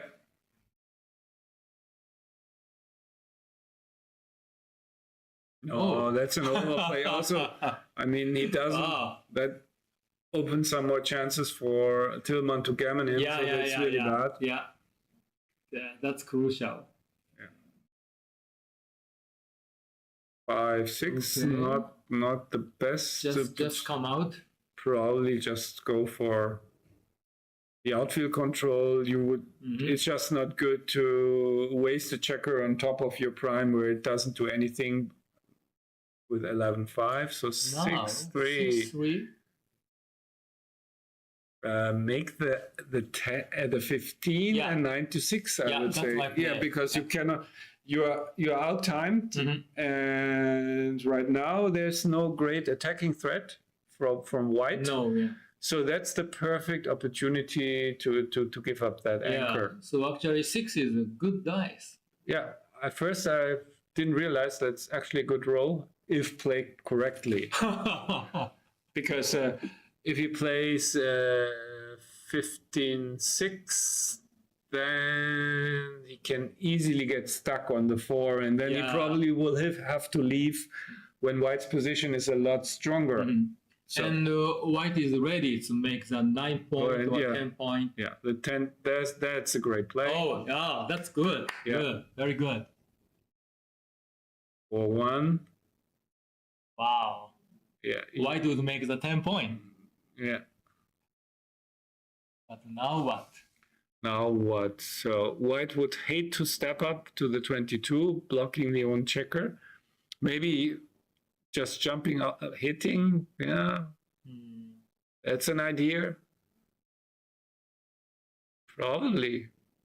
Why not? I mean, you can easily get into a back game if you get hit, and you are not afraid of anything. The 6 in and out. Yeah. I mean, probably not. Why should you want to hit loose? Maybe you want to do that, but that feels wrong. Oh, really? No, especially even the 6s from the bar are good, and everything is. Yeah, the 6s make a prime. Okay. So I think that was a mistake. Now he's behind a prime. But let's see if he can roll a 6. An ace would be good too. Double 4s is a good shot. So make the bar point or I think 5 point and I like the bar point against these 3 checkers. You really want to have that prime, right? But I'm not sure. In that case, anyway, 2 checkers on the 15 point have to go. Yeah, this is bad. Yeah, kidding check on a 2 point is. Oh, that was a bad move. Yeah, he made up his mind. 2-1, not a good roll. No. Wow. What he can do? Yeah. This is 7-4 or hit and go to 9. This looks awfully big. I mean, you can also just slot the the 9 in the hopes of, or make the 4 even, in the hopes of getting missed. But moving to the ace is so counterintuitive that I wouldn't do. He can play super pure and hope that Andreas doesn't roll an ace nor 6. And then go for the prime, but this is super difficult. Oh, please don't do that. I think that's not the right idea, especially at the score. Right. Yeah. Yeah, so 12-9 is also interesting. Yeah. 7-4 is interesting, but that gives 4s. I don't know. Wow. I think this does too much long-term damage to his position. And now he's, yeah, but, okay. Yeah, he had to do something. His clock was already Okay. Oh, yeah. Less than 1 minute. 4-3 in and 4-1. Yep. But now black is a lot less afraid here. Another. Very uncomfortable. Yeah, and now the other two. This is all really a series of really bad numbers, and clock is ticking. Yeah. Yeah, but I don't really see something here. So this was really a bad continuation for Tillman here. Had such a nice position, double fours. It's not a great dice. No, but he can just. I mean, should keep the 8, probably slot the 7. And I mean, White's front position board is so weak. That's the good news. So it's only 4s are duplicated. I would play 15-7, 15-11 here. Yeah. Probably. I would keep my 8 point because that's a great block still. Actually, even if you break the 8 point, you have to leave something. No, yeah. So, what can this is my play. I like it. So 4, 5. What? 4, 5. What? Where's the 5? Where's the 5? Probably. Yeah, duplicating aces and 4s, but you can also outfield control. I like this better. But still difficult now to contain black's checkers. He should step up to the 20 for sure. So he really needs a joker like double 3, something 5, 4. Again. Not a good number. No. Has to hit on the. Tillman doesn't have enough time to think it through whether to hit or not. Yeah. Yeah, hitting loose on the 4 point was a good candidate. Yeah, but it's really. Double 3 is really bad. Yeah. Now he has to break the 8. Yeah. No other play but bringing the checkers in. And now. So now White has good chance to win gammon. Good chance is extra, but White's position is still weak, but there are some really good rolls that White can roll and just win it here with the gammon. Oh, no. What is that? No. Why? Why bury your checkers like this? I don't think that's really not a good idea. I mean, that makes it so much easier for White to attack when you weaken your board. I don't see the reason. Yeah, I don't see it either. He should just bring in the checkers from the 8, keep the strong board. Yeah, he will find. No, this. What? Yeah, but this. Yeah. Oh, it's scary. I mean, he does the mochi thing first. Make the plays that are bad, and then make the best move in the end. Okay. Mochi does that very often. Like, really? Yeah, when you see him in this, he first looks at the second best move. just to be convinced that he doesn't overlook anything. So 5-3 is a good number because it escapes one checker. So from the 20 point. Yeah, I would say so, because that checker is under more pressure of an attack. So yeah, Tillman is in a bad spot here because 5-4 and he has to hit probably. What else is he supposed to do? I mean, do you mean the outfield? I guess so. I mean, at Gammon Go, that's the play. So has to hope to get luck. Has hope to get lucky here. 2-4 is a great shot because it hits and it covers. And now Tillman, he really has to enter 2-1. That's not an entering number. So double aces, closed board. What? Wow. No, he overlooks it. He overlooks it. He overlooks it. No. But he cannot move his aces on the other side, so he's unlikely to overlook it. He finally, And he looks at it. That is really painful for Tillman because now he's sitting there. Wow. I mean, Andreas is allowed to take his time, but I don't know what is the feeling? What is the feeling? Why does he want to block the 6? What is that? Why don't? What? I mean, this is a super weird play. I have no idea. And Me neither. This was really weird. Okay, he gets out with one checker. But what was the why not make the closed board? I mean, this was just fancy play syndrome. So wow. I have to say that was deserved. That he gets the anchor because I mean you really should do the closed board here. Yeah. What's going on? Yeah, he didn't do the closed board. I mean, That's again, crazy. I'm completely neutral, but that's crazy. Double 3. What? Now he's in real gammon danger. This is a sick game.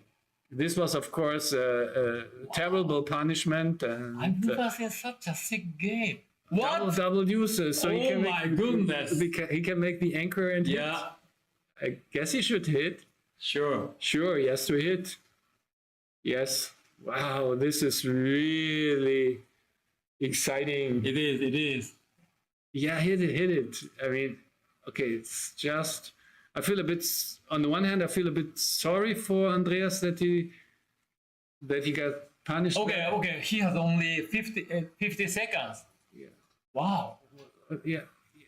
I mean, these are clear. So now do something, hit, yeah. Okay, and they might have to play another game. This is... So scary. Yeah. 6-4, not a hit, but at least a come in. And outfield control, yes. Oh, nice play. Wow. And 4-1, okay, make the, and 5-1, okay.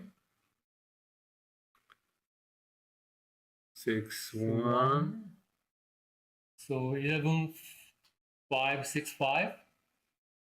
7-6, you mean? Yeah, 7-6. Oh, yeah. 7-6, yeah. Yeah, that's good. So Tillman is prepared to attack when Andreas steps out. 5-6, Okay. hit. He can hit. He should hit. Now he found it. He has to hit because he cannot. Yeah, yes. Yeah. Yeah. And the clock is ticking. No. Wow. Does he realize that? I don't know, but this could be. Please don't. Yeah. Please don't time out. I mean. What is he doing? He's not hitting 16, 15, 14, 13. Maybe he doesn't realize. He doesn't realize it. Oh my goodness. Oh my goodness. This is the worst case I've ever seen. What happens? Oh, please. Oh my goodness. No, it's over. Yeah. It's over. Yeah, the match is over. That is so terrible. I'm so sorry. That's terrible. Yeah. He will be so disappointed. Yeah. He didn't realize it. I feel so sorry for Andreas. That is really an unfortunate outcome. Oh my goodness. This is so... Wow. Yeah, what can you do? I mean, Wow, in such an important match, yeah. Yeah. Yeah. And he had so much. He was so comfortable with this time. He had like 10 minutes before, and Yeah, Tillman had a problem over the time. yeah, totally. Oh my goodness. Yeah. So yeah, what can you do? That's the rules. Yeah. And, you're responsible, and but still, I'm still shocked. To be honest. Yeah. This is not the outcome you want. Of course, to see. congrats to Tillman for reaching the final. Of course, I mean, it was not Tillman's fault. He didn't do anything wrong, and well, that's so sad. It is. It is. Yeah. Well, okay. So what can we do? I guess this is it for us. Surprising and kind of sad end. Thanks a lot, Michi. Thank you very much, Dirk. Let's see if we can get your face. You have to come to me. Okay. Okay. Yeah. Okay. Yeah. Okay. Yeah, I really enjoyed giving commentary with you. Dirk. Yeah, I enjoyed it also a lot. Hope maybe we can do it again these days. Sure. I will still commentating, of course. And if you have time, I would welcome you again, of course. Thanks a lot, Michi. Thanks for the watchers, and if you like the video, please press the button. And until the next match, take care. Bye bye. Yeah. Bye for now.